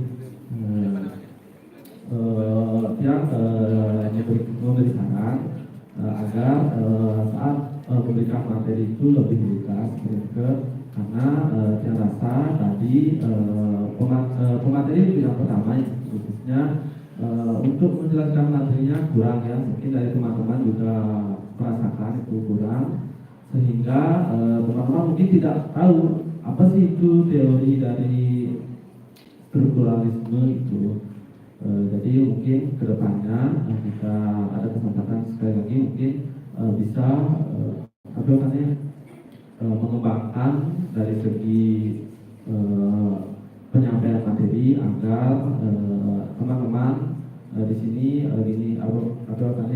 bisa paham, karena saya lihat juga banyak teman-teman adik-adik kita yang ikut mereview atau menganalisis, jadi agar nantinya tidak salah dalam menganalisis seperti itu. Dan pertanyaan saya untuk di pemateri pertama, dari sekian banyaknya puisi, mungkin ini karena tema kita sudah happy, jadi kita jadi pemateri mengambil dari puisi Segara, dari puisi reklamasi ya. Mungkin jika kita lihat dari segi analisis strukturalisme, pastinya pemateri atau yang menyampaikan tadi menganalisis secara struktural dari struktur puisi-puisi tersebut. Namun yang tadi pemateri mungkin hanya menganalisis, dia lihat menyampaikan terkait dengan makna-makna yang terkait seperti makna denotasi dan juga makna konotasi seperti itu. Lalu mungkin sekarang lebih bisa dijelaskan mungkin sedikit kurang mengenai struktur yang lengkap dari puisi Segara, puisi reklamasi ini. Itu saja pertanyaan. Terima kasih ya.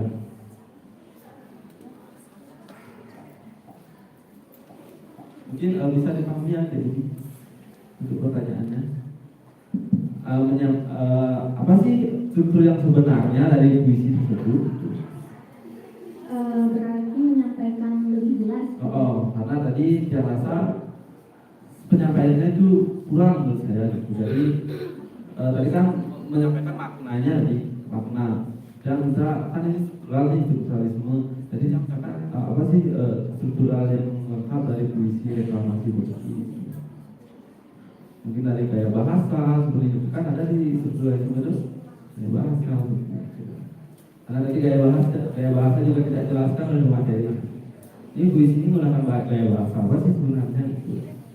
Ini lebih banyak ke muka gaya bahasa kiasan atau apa? Ya, itu saja sih. Terima kasih.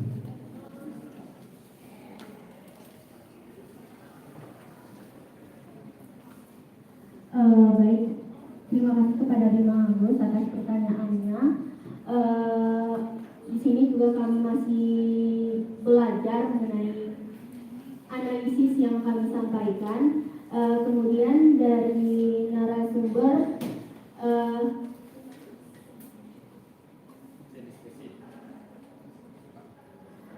baik, langsung saja kepada Bapak Susilo untuk bertanya.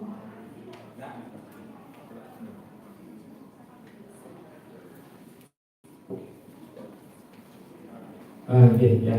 Jadi saya nyelak Vicky, bos ya. Jadi karena sebentar saya ada pekerjaan yang harus saya selesaikan, mohon maaf, jadi tidak bisa menemani adik-adik untuk sampai selesai. Tetapi berkaitan dengan kritik sastra yang hari ini sudah dilakukan, sekali lagi saya apresiasi ya. Moderator mampu membawa suasana, itulah seorang moderator ya. Jadi harus dia mampu membawa suasana biar yang tidak tegang gitu ya. Yang kelihatan tegang kita bicarakan suasana gitu ya.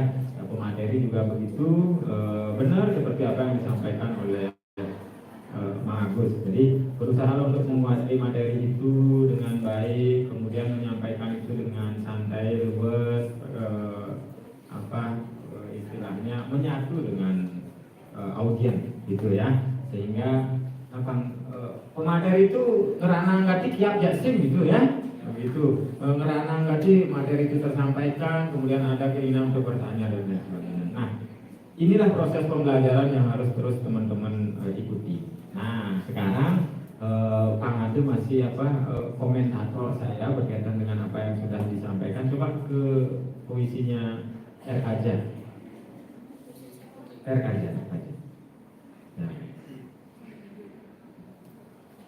Oke. Jadi Arnawe ya, Bapak Arnawe tadi sudah bisa menyampaikan secara menganalisis tanya gitu ya. Oke, satu Niki langsung saja ya. Kritik sastra itu sudah mampu menganalisis, tetapi seperti apa yang saya sampaikan, harus ada penghakiman gitu ya. Jadi penghakiman itu maksudnya kayak luongnya bertepuk, jeleknya pasti ada sih, mungkin aku sempurna saja gitu ya. Sederhananya begitulah. Jadi ketika mengkritisi sesuatu, apalagi puisi seperti ini gitu misalnya ya, sampaikan bagusnya semua, jadi maksudnya semiotika misalnya dari teori semiotika. Ada tanda-tanda yang harus kita pahami di dalamnya, tidak hanya misalnya apalagi tadi disampaikan dari segi semantik itu misalnya ya, atau dari segi sintaksis, dia terdiri dari susunan kalimatnya seperti apa gitu misalnya ya, apakah dia berhasil kata, klausa gitu ya. Jadi itu harus dijelaskan. Nah, yang gue mengajang tepuk cara dunia itu misalnya memuji agre, arti agre itu apa sih, gede kok bisa begini, apa sih yang dimaksudkan gitu misalnya ya. Nah, jadi itu dijelaskan menurut pandangan si penganalisis gitu. Nah, terakhir yang sebenarnya disampaikan harus ada masih penyaca diragani itu ya, cacadin masih hasil karyanya itu untuk apa? Untuk ketika itu misalnya cocok itu untuk meningkatkan bobot besok si pengarang adalah mungkin kekurangan saya di sini kan gitu ya. Jadi dari sinilah menurut penganalisis teman-teman itu kurangnya di sini gitu. Misalnya kalau saya nyacadin ini gitu ya, tapi ini udah bagus sih, tapi yang misalnya kritik harus misi cacadan itu gitu ya. Contoh, ketika kita menggunakan bahasa, mau bahasa apa yang kita pilih, pangsing tumpang tindih, walaupun kadang untuk menimbulkan puitik pangsen itu penting, penggunaan bahasanya aneh gitu ya, tetapi jangan terlalu melempas masih, dan pangsing menimbulkan ada padanan kata yang lebih cocok kita gunakan. Contoh, memuji agre mengerakse segala, dia menggunakan bahasa percampuran, ada bahasa Jawa kuno, ada bahasa Bali alus kan gitu ya. Jadi ini maunya yang dimana dipakai, apakah bahasa Bali alusnya juga yang mider atau apa gitu ya, dari sana dikaji.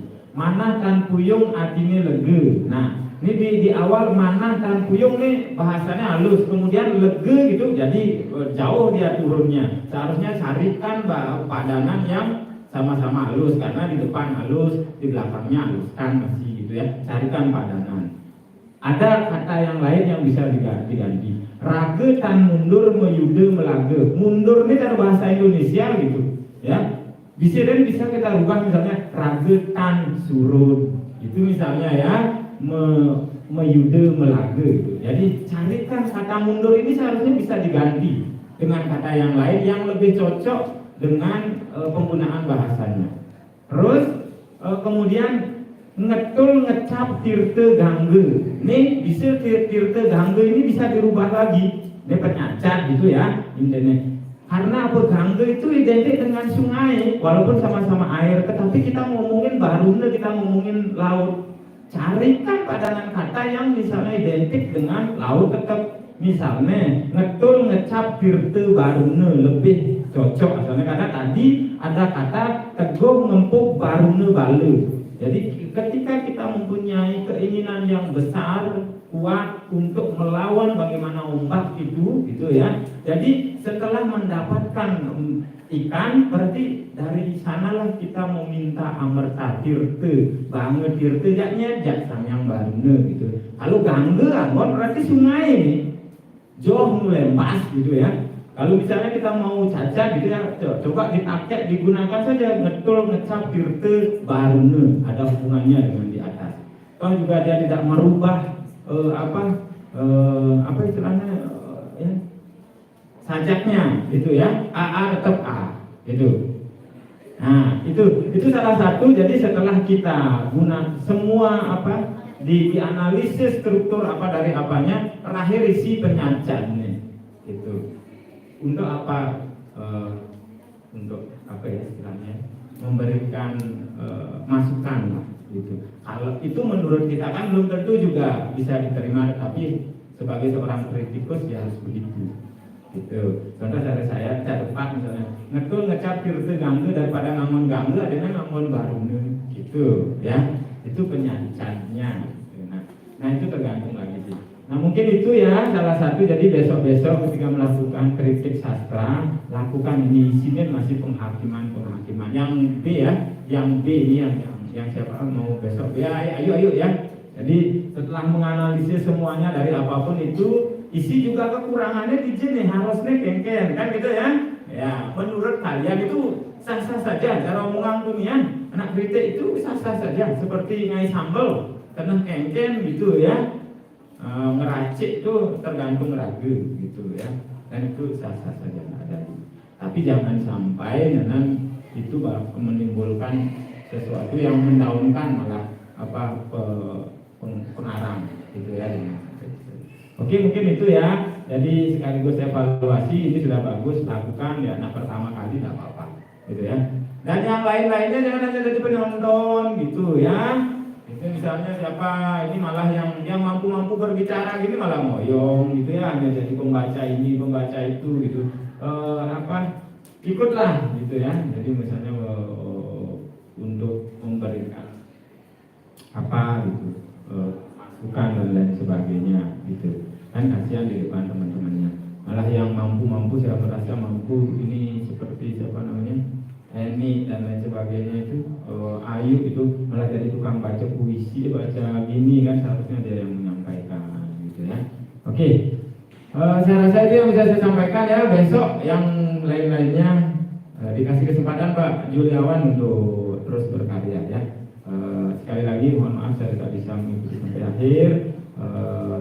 Tetap semangat gitu ya. Adik-adik pasti punya kesempatan yang lain. Terima kasih ya.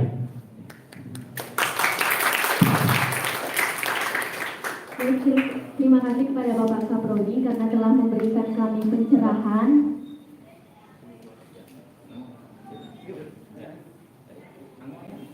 Baik, terima kasih karena Bapak Kaprodi telah menyempatkan waktunya untuk hadir pada kegiatan hari ini. Baik, langsung saja karena waktu. Untuk narasumber apakah akan langsung dijawab pertanyaan dari Bima Agus.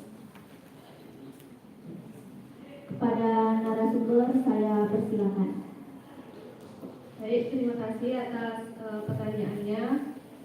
Untuk jawabannya, saya mencoba untuk melempar ke rekan saya, yaitu Budi Arnaud. Terima kasih. Iya, jadi terima kasih ya. Saya di sini berusaha membantu ya untuk pertanyaan dari Bang Agus. Pertanyaan pertama, bukan pertanyaan ya, koreksi. Langsung dikoreksi nih, hebat sekali ya, betul sekali, ini kritis sekali mahasiswa sekarang. Langsung dikoreksi untuk cara pembacaan materi yang kurang, gitu, cara pembawaan materi yang kurang. Itu menurut saya sudah tampil berani, sudah bagus.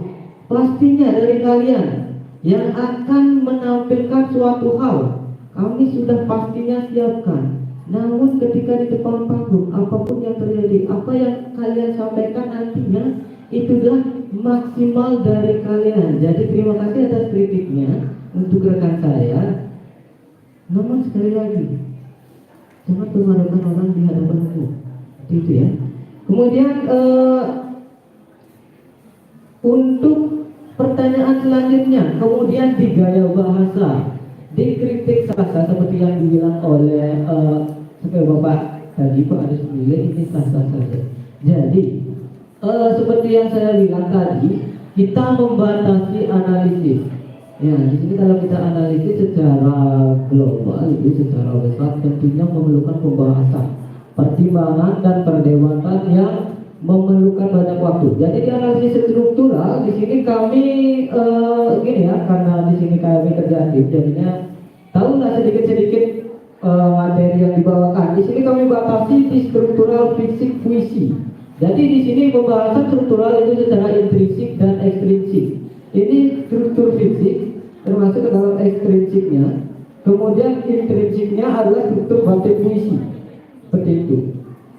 Struktur fisik puisi di sini tadi sudah disampaikan mengenai diksi, yaitu pemilihan katanya. Kemudian imaji, cara yang digunakan penyair dalam menuangkan indera sehingga gambaran puisi terlihat nyata. Kemudian ada tipografi. Di sini sudah menganalisis seperti apa yang di Bapak bilang, namun dan dibilang oleh Bapak Suryo ya. Tipografi di sini sudah diterangkan untuk huruf kecil dan tiap baris baitnya. Dalam tiap baris baitnya tidak ada huruf besar dalam penggunaan bahasa katanya gitu ya. Kemudian kata konkret, kata yang digunakan penyair untuk mengkonkretkan. Nah, jadi kata yang digunakan untuk bilang benar-benar ada. Misalnya abrasi itu adalah termasuk kata konkret karena abrasi itu benar-benar ada, yaitu pengikisan laut yang terjadi di pantai. Kemudian caru, banten itu adalah kata abrasi, kata konkret. Kemudian dari unsur intrinsiknya, di sini sudah disampaikan tadi tema, rasa yang ingin disampaikan oleh sang penyair. Kemudian amanat. Nah, jadi bukan sudah ya, tapi di sini kami batasi analisis dari struktural itu di intrinsik dan ekstrinsik. Jadi intrinsiknya itu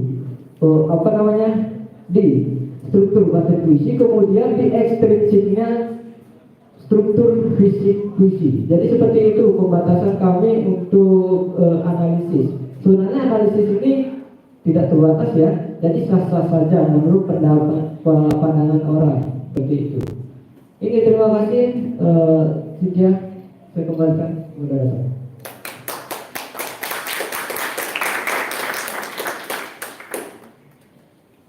Baik, terima kasih kepada narasumber. Mungkin dari teman-teman kelas A mau menambahkan. Baik, kepada Mang Risa dipersilakan. Baik, terima kasih atas waktu yang telah diberikan kepada saya. Mohon izin Bapak Duyana dan Pak Adi mengenai pertanyaan Lima Hapus tadi. Terima kasih sebelumnya sudah mengkritik jalannya presentasi kritik sastra pada pagi hari ini.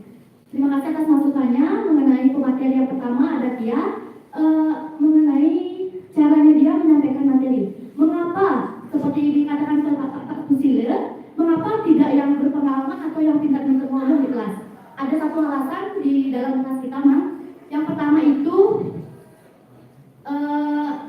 mengapa kita mempercayai dia untuk berada di pagi hari ini, karena kita mempercayai dia untuk bisa percaya diri lagi ke depannya pada saat dia membawakan materi dan lain sebagainya. Maka dari itu kita mempercayai dia untuk membawakan sebuah kritik sastra yang sudah kami sepakati di kelas A. Dan mengenai analisis yang kami sepakati yaitu struktural, di mana analisis ini yang seperti dikatakan Araul hanya dibatasi mengenai analisis struktural, yang dimana sudah dijelaskan seperti Araul tadi, tidak semua analisis disampaikan namun dibatasi. Maka dari itu setiap orang menganalisis itu mempunyai analisis yang berbeda-beda. Tidak semua sama untuk menganalisis. Yang namanya menganalisis itu mempunyai mempunyai analisis yang berbeda-beda yang ditunjukkan kepada pembaca atau yang lainnya. Jadi mohon maaf jika ada kesalahan dari pemateri kita hari ini. Saya mewakili kelas A dan terima kasih atas masukannya kepada kepada Bima Agus masukannya, dan mohon maaf atas ketidakjelasan ataupun kurang jelasnya pada pagi hari ini. Dan saya tutup dengan Pak Santi. Om Santi, Santi, Santi, Om.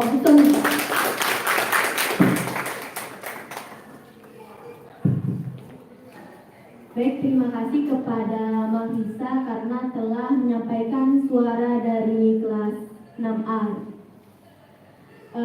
Baik, kepada Bima Agus mungkin masih ada yang ingin ditanggapi. Mungkin semua untuk tadi kesempatannya Mali. Jadi terima kasih atas tanggapan dan juga mungkin saya membantah dari pernyataan yang mempermalukan di daerah umum ya. Ini saya tidak mempermalukan, tapi gimana saya mengomentari terkait dengan pembawaan materi seperti itu. Kita kan di sini mengkritik sastra, jadi di sini kita mengkritik itu. Jadi kita mengkritik dan pendapat saya pun dilengkapi oleh Pak Aprodi dan Pak Abdul juga memberikan saran seperti itu. Dan mungkin bagus itu kedepannya memberikan ruang kepada mahasiswa yang lain agar berbicara, agar berani berbicara di depan umum. Namun perlunya ada persiapan yang matang agar nantinya saat pembawaan materi ataupun yang lainnya bisa lebih ditingkatkan kembali. Saya bahasanya lebih ditingkatkan kembali. Kita saja, terima kasih Deputi, waktu saya kembalikan ke moderator.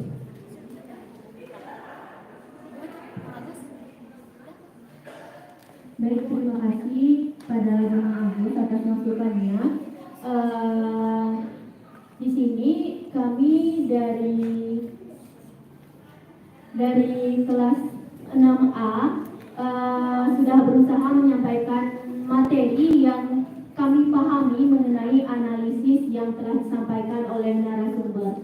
Nah, jika mungkin dari teman-teman merasa kurang nyaman mengenai apa yang disampaikan, saya mewakili dari kelas A memohon maaf. Kemudian mengenai materi, memang dari kami sudah sepakat satu kelas akan narasumber yang kami pilih, seperti itu. Baik, biar tidak panjang lebar mengenai masalah ini, mungkin dari Bapak Ketua Panitia atau pengampu mata kuliah kami di Telaah Puisi Bali Modern ada tanggapan?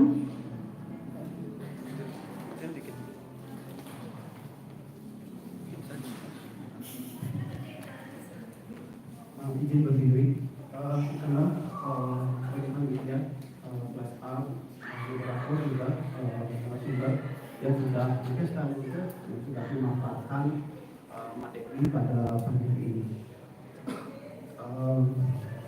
Kita sudah melaksanakan apa yang disebut dengan kritik sastra berdasarkan kritik atas sastra yang didasarkan atas teori-teori yang digunakan dalam teori sastra. Jadi kritik sastra tidak selalu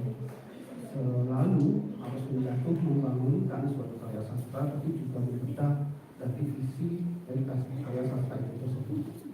Telaah atau mendalami atau mengkaji suatu karya sastra adalah satu bentuk apresiasi. Ketika sudah melakukan telaah terhadap karya sastra atau mengkaji karya sastra, itu pun sudah suatu bentuk apresiasi terhadap satu karya sastra. Lebih-lebih bisa memberikan suatu gambaran atau refleksi terhadap satu karya sastra itu, apakah karya sastra itu suatu karya sastra yang memiliki keunggulan atau kelemahan. Jadi itu merupakan suatu yang lainnya. Membedah merupakan suatu perkara yang tidak begitu mudah. Jadi itu adalah suatu perkara yang susah. Bagaimana kita menangkap komunikasi dari si pengarang kepada si pembaca. Jadi karya sastra bukan hanya sekadar karya yang lemparkan seperti itu. Jadi saya rasa adalah bentuk komunikasi dari si pengarang kepada si pembaca, di mana si pembaca inilah yang harus menafsirkan komunikasi tersebut. Apa yang ingin disampaikan, apa yang ingin dibicarakan oleh pengarang dalam karya sastra itu, saya kira itu sudah sampai pada saat ini atau pada tahap ini. Yang selanjutnya mengenai tadi persoalan kritik dan mengkritik, itu bukan persoalan, sesungguhnya itu adalah sesuatu yang sah-sah saja dalam dunia akademis. Bantah-membantah, kritik mengkritik itu sesuatu yang wajar-wajar saja kok di dunia akademis itu. Penelitian pun sering dilakukan bantah-membantah. Sama saja Kekawin Ramayana dikatakan ditulis oleh Walmiki seperti itu, tapi peneliti lain membantah itu merupakan karangan dari Kamiswara misalnya, atau karangan dari yang lain. Apakah ini lantas yang dikritik mana? Ya tidak. Ini adalah suatu bentuk dinamika dalam penelitian. Dunia akademis ya harus begitu.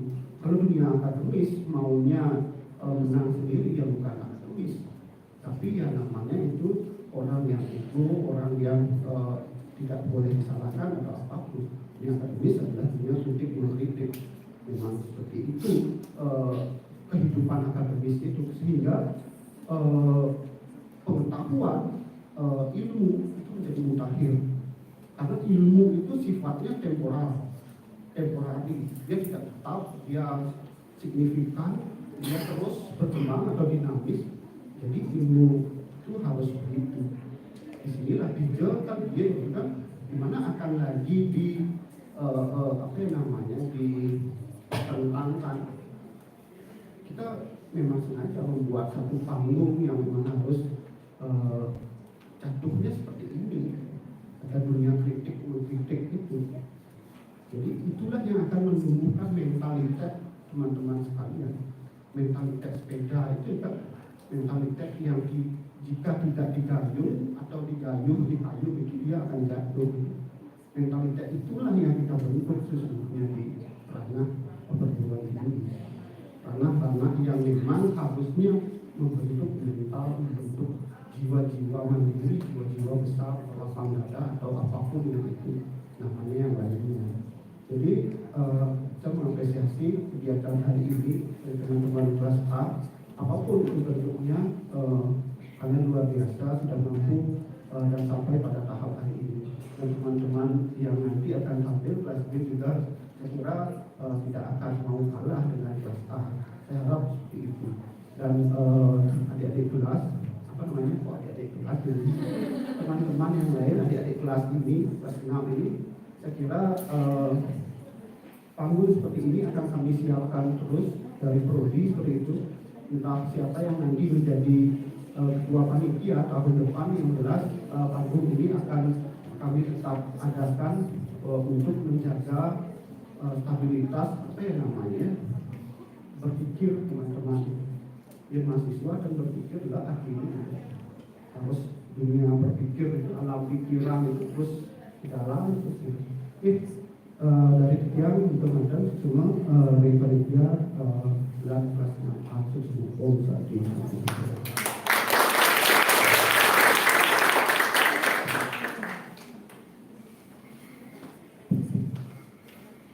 Baik, terima kasih Bapak Juliana atas tanggapannya mengenai kegiatan hari ini.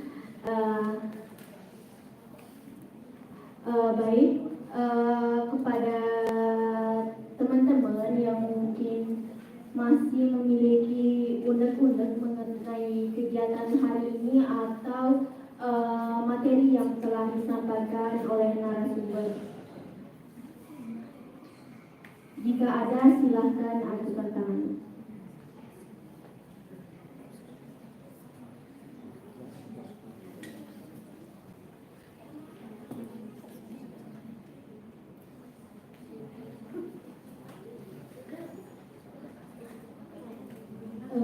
Dari Bapak Ketua Panitia ada penyampaian.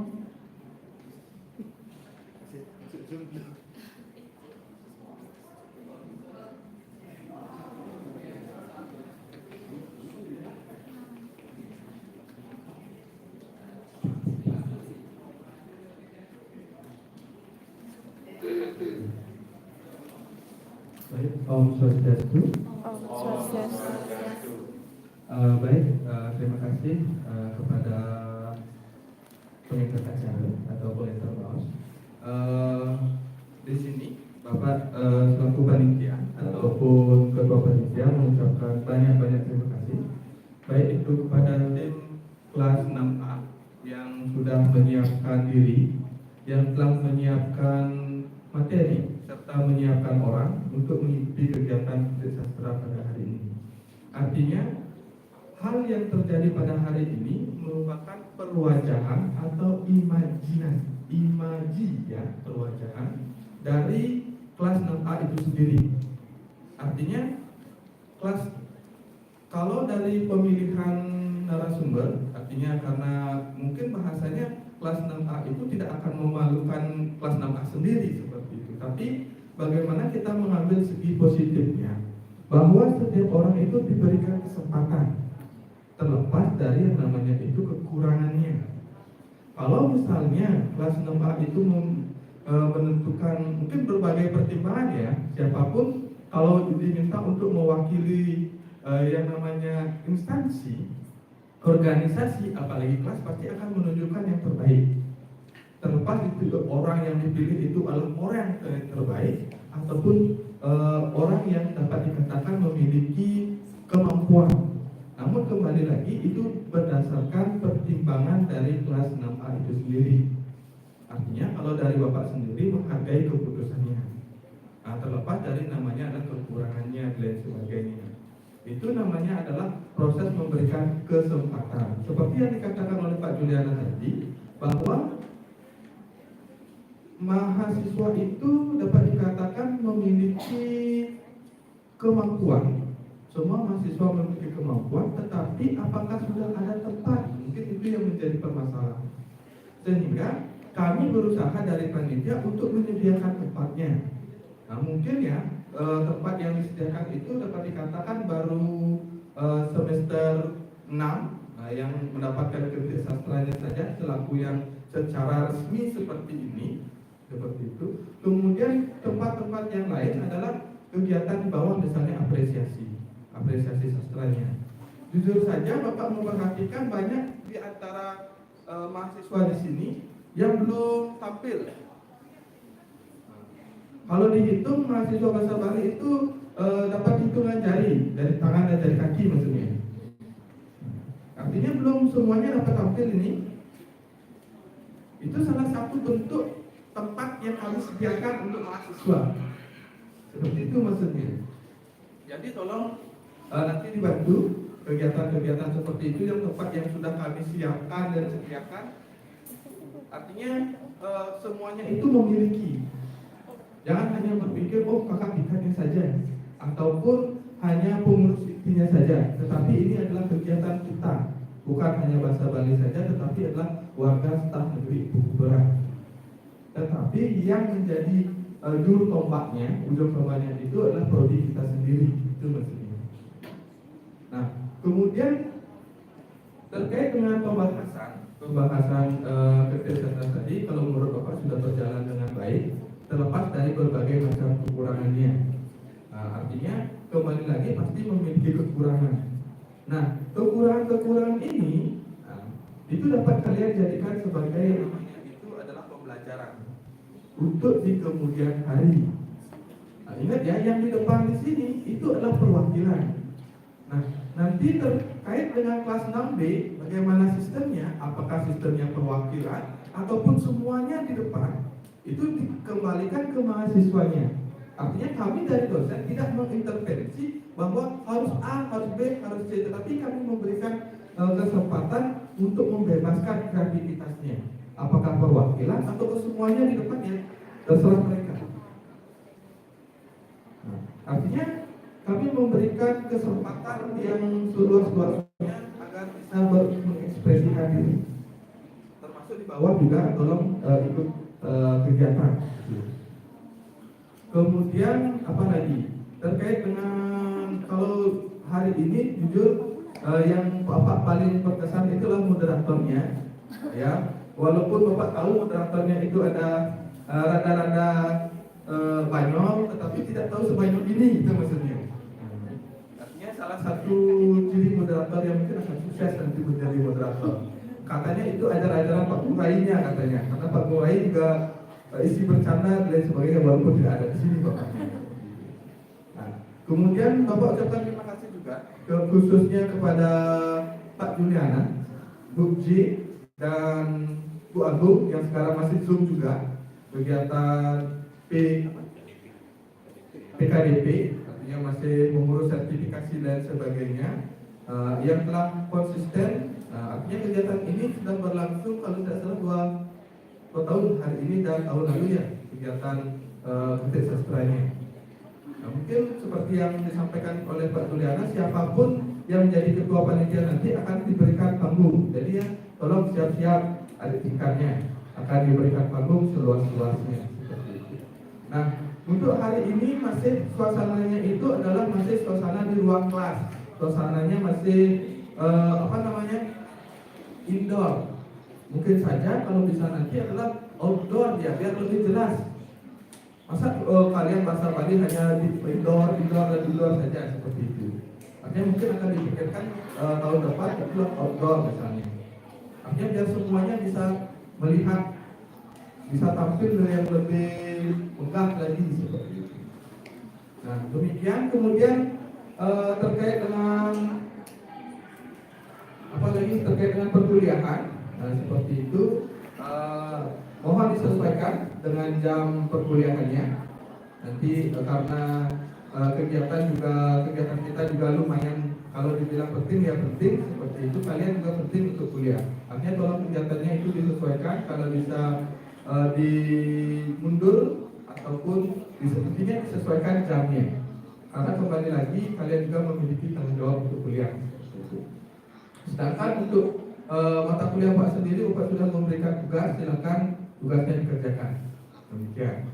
Dan akhir kata kembali lagi Bapak ucapkan terima kasih kepada kelas 6A, berikan aplaus kepada keseluruhan. Terima kasih dan untuk dengan peramusan G.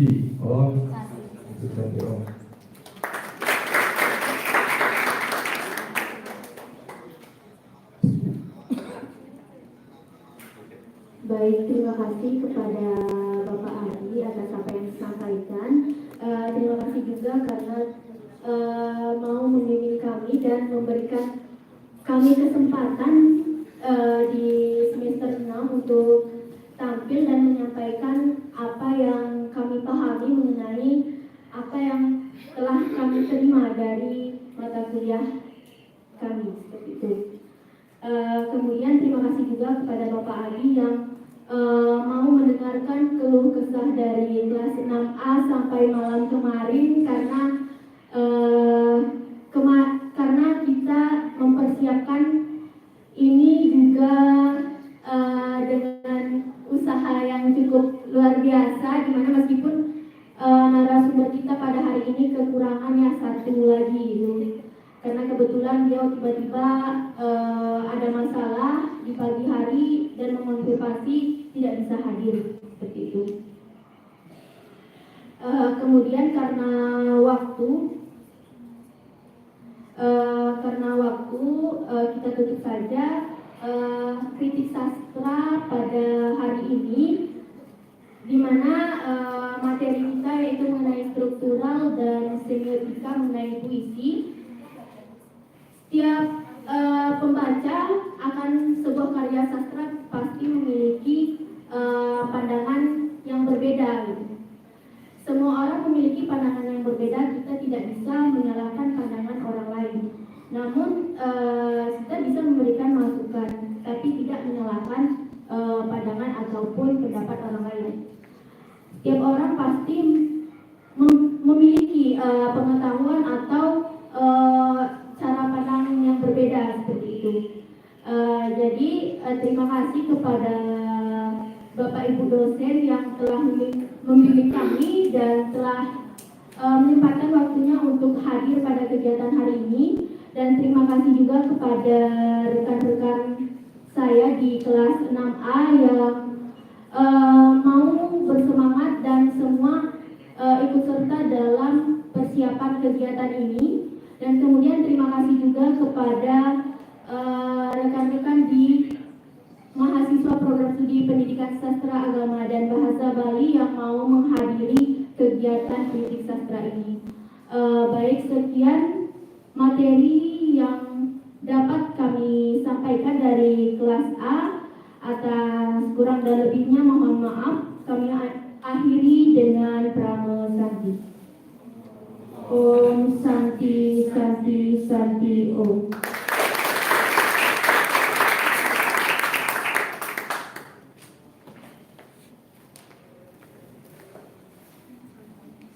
Dengan sarasami dua dengan acara layanan makin sampun puput tiga menasuk semua majeling Bapak dosen utawi semeton-semeton sanilianan sampun presiden yarumin acara kritik sastra saking kelas 6A ngantos puput. Titia wae pujiarni pinaka pengintar acara ngelungsur dengan Singapura punika malih sarang semeton-semeton titia yang kelas 6A ini wenten atur utawi penyampaian sanilenten manut utawi wenten kekeliruan sani nenten becek titia ngelungsur dengan pengapura. Untuk punika acara yang makin puputan titia untuk para mesanti. Om Santi Santi Santi Om.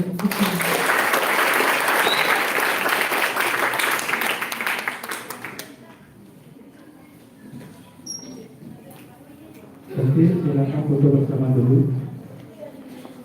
Moderator kelas 6A foto bersama dulu. Dan untuk mahasiswa semuanya, mohon maaf untuk hari ini tidak ada konsumsi. Silakan konsumsinya bayar sendiri. Ya.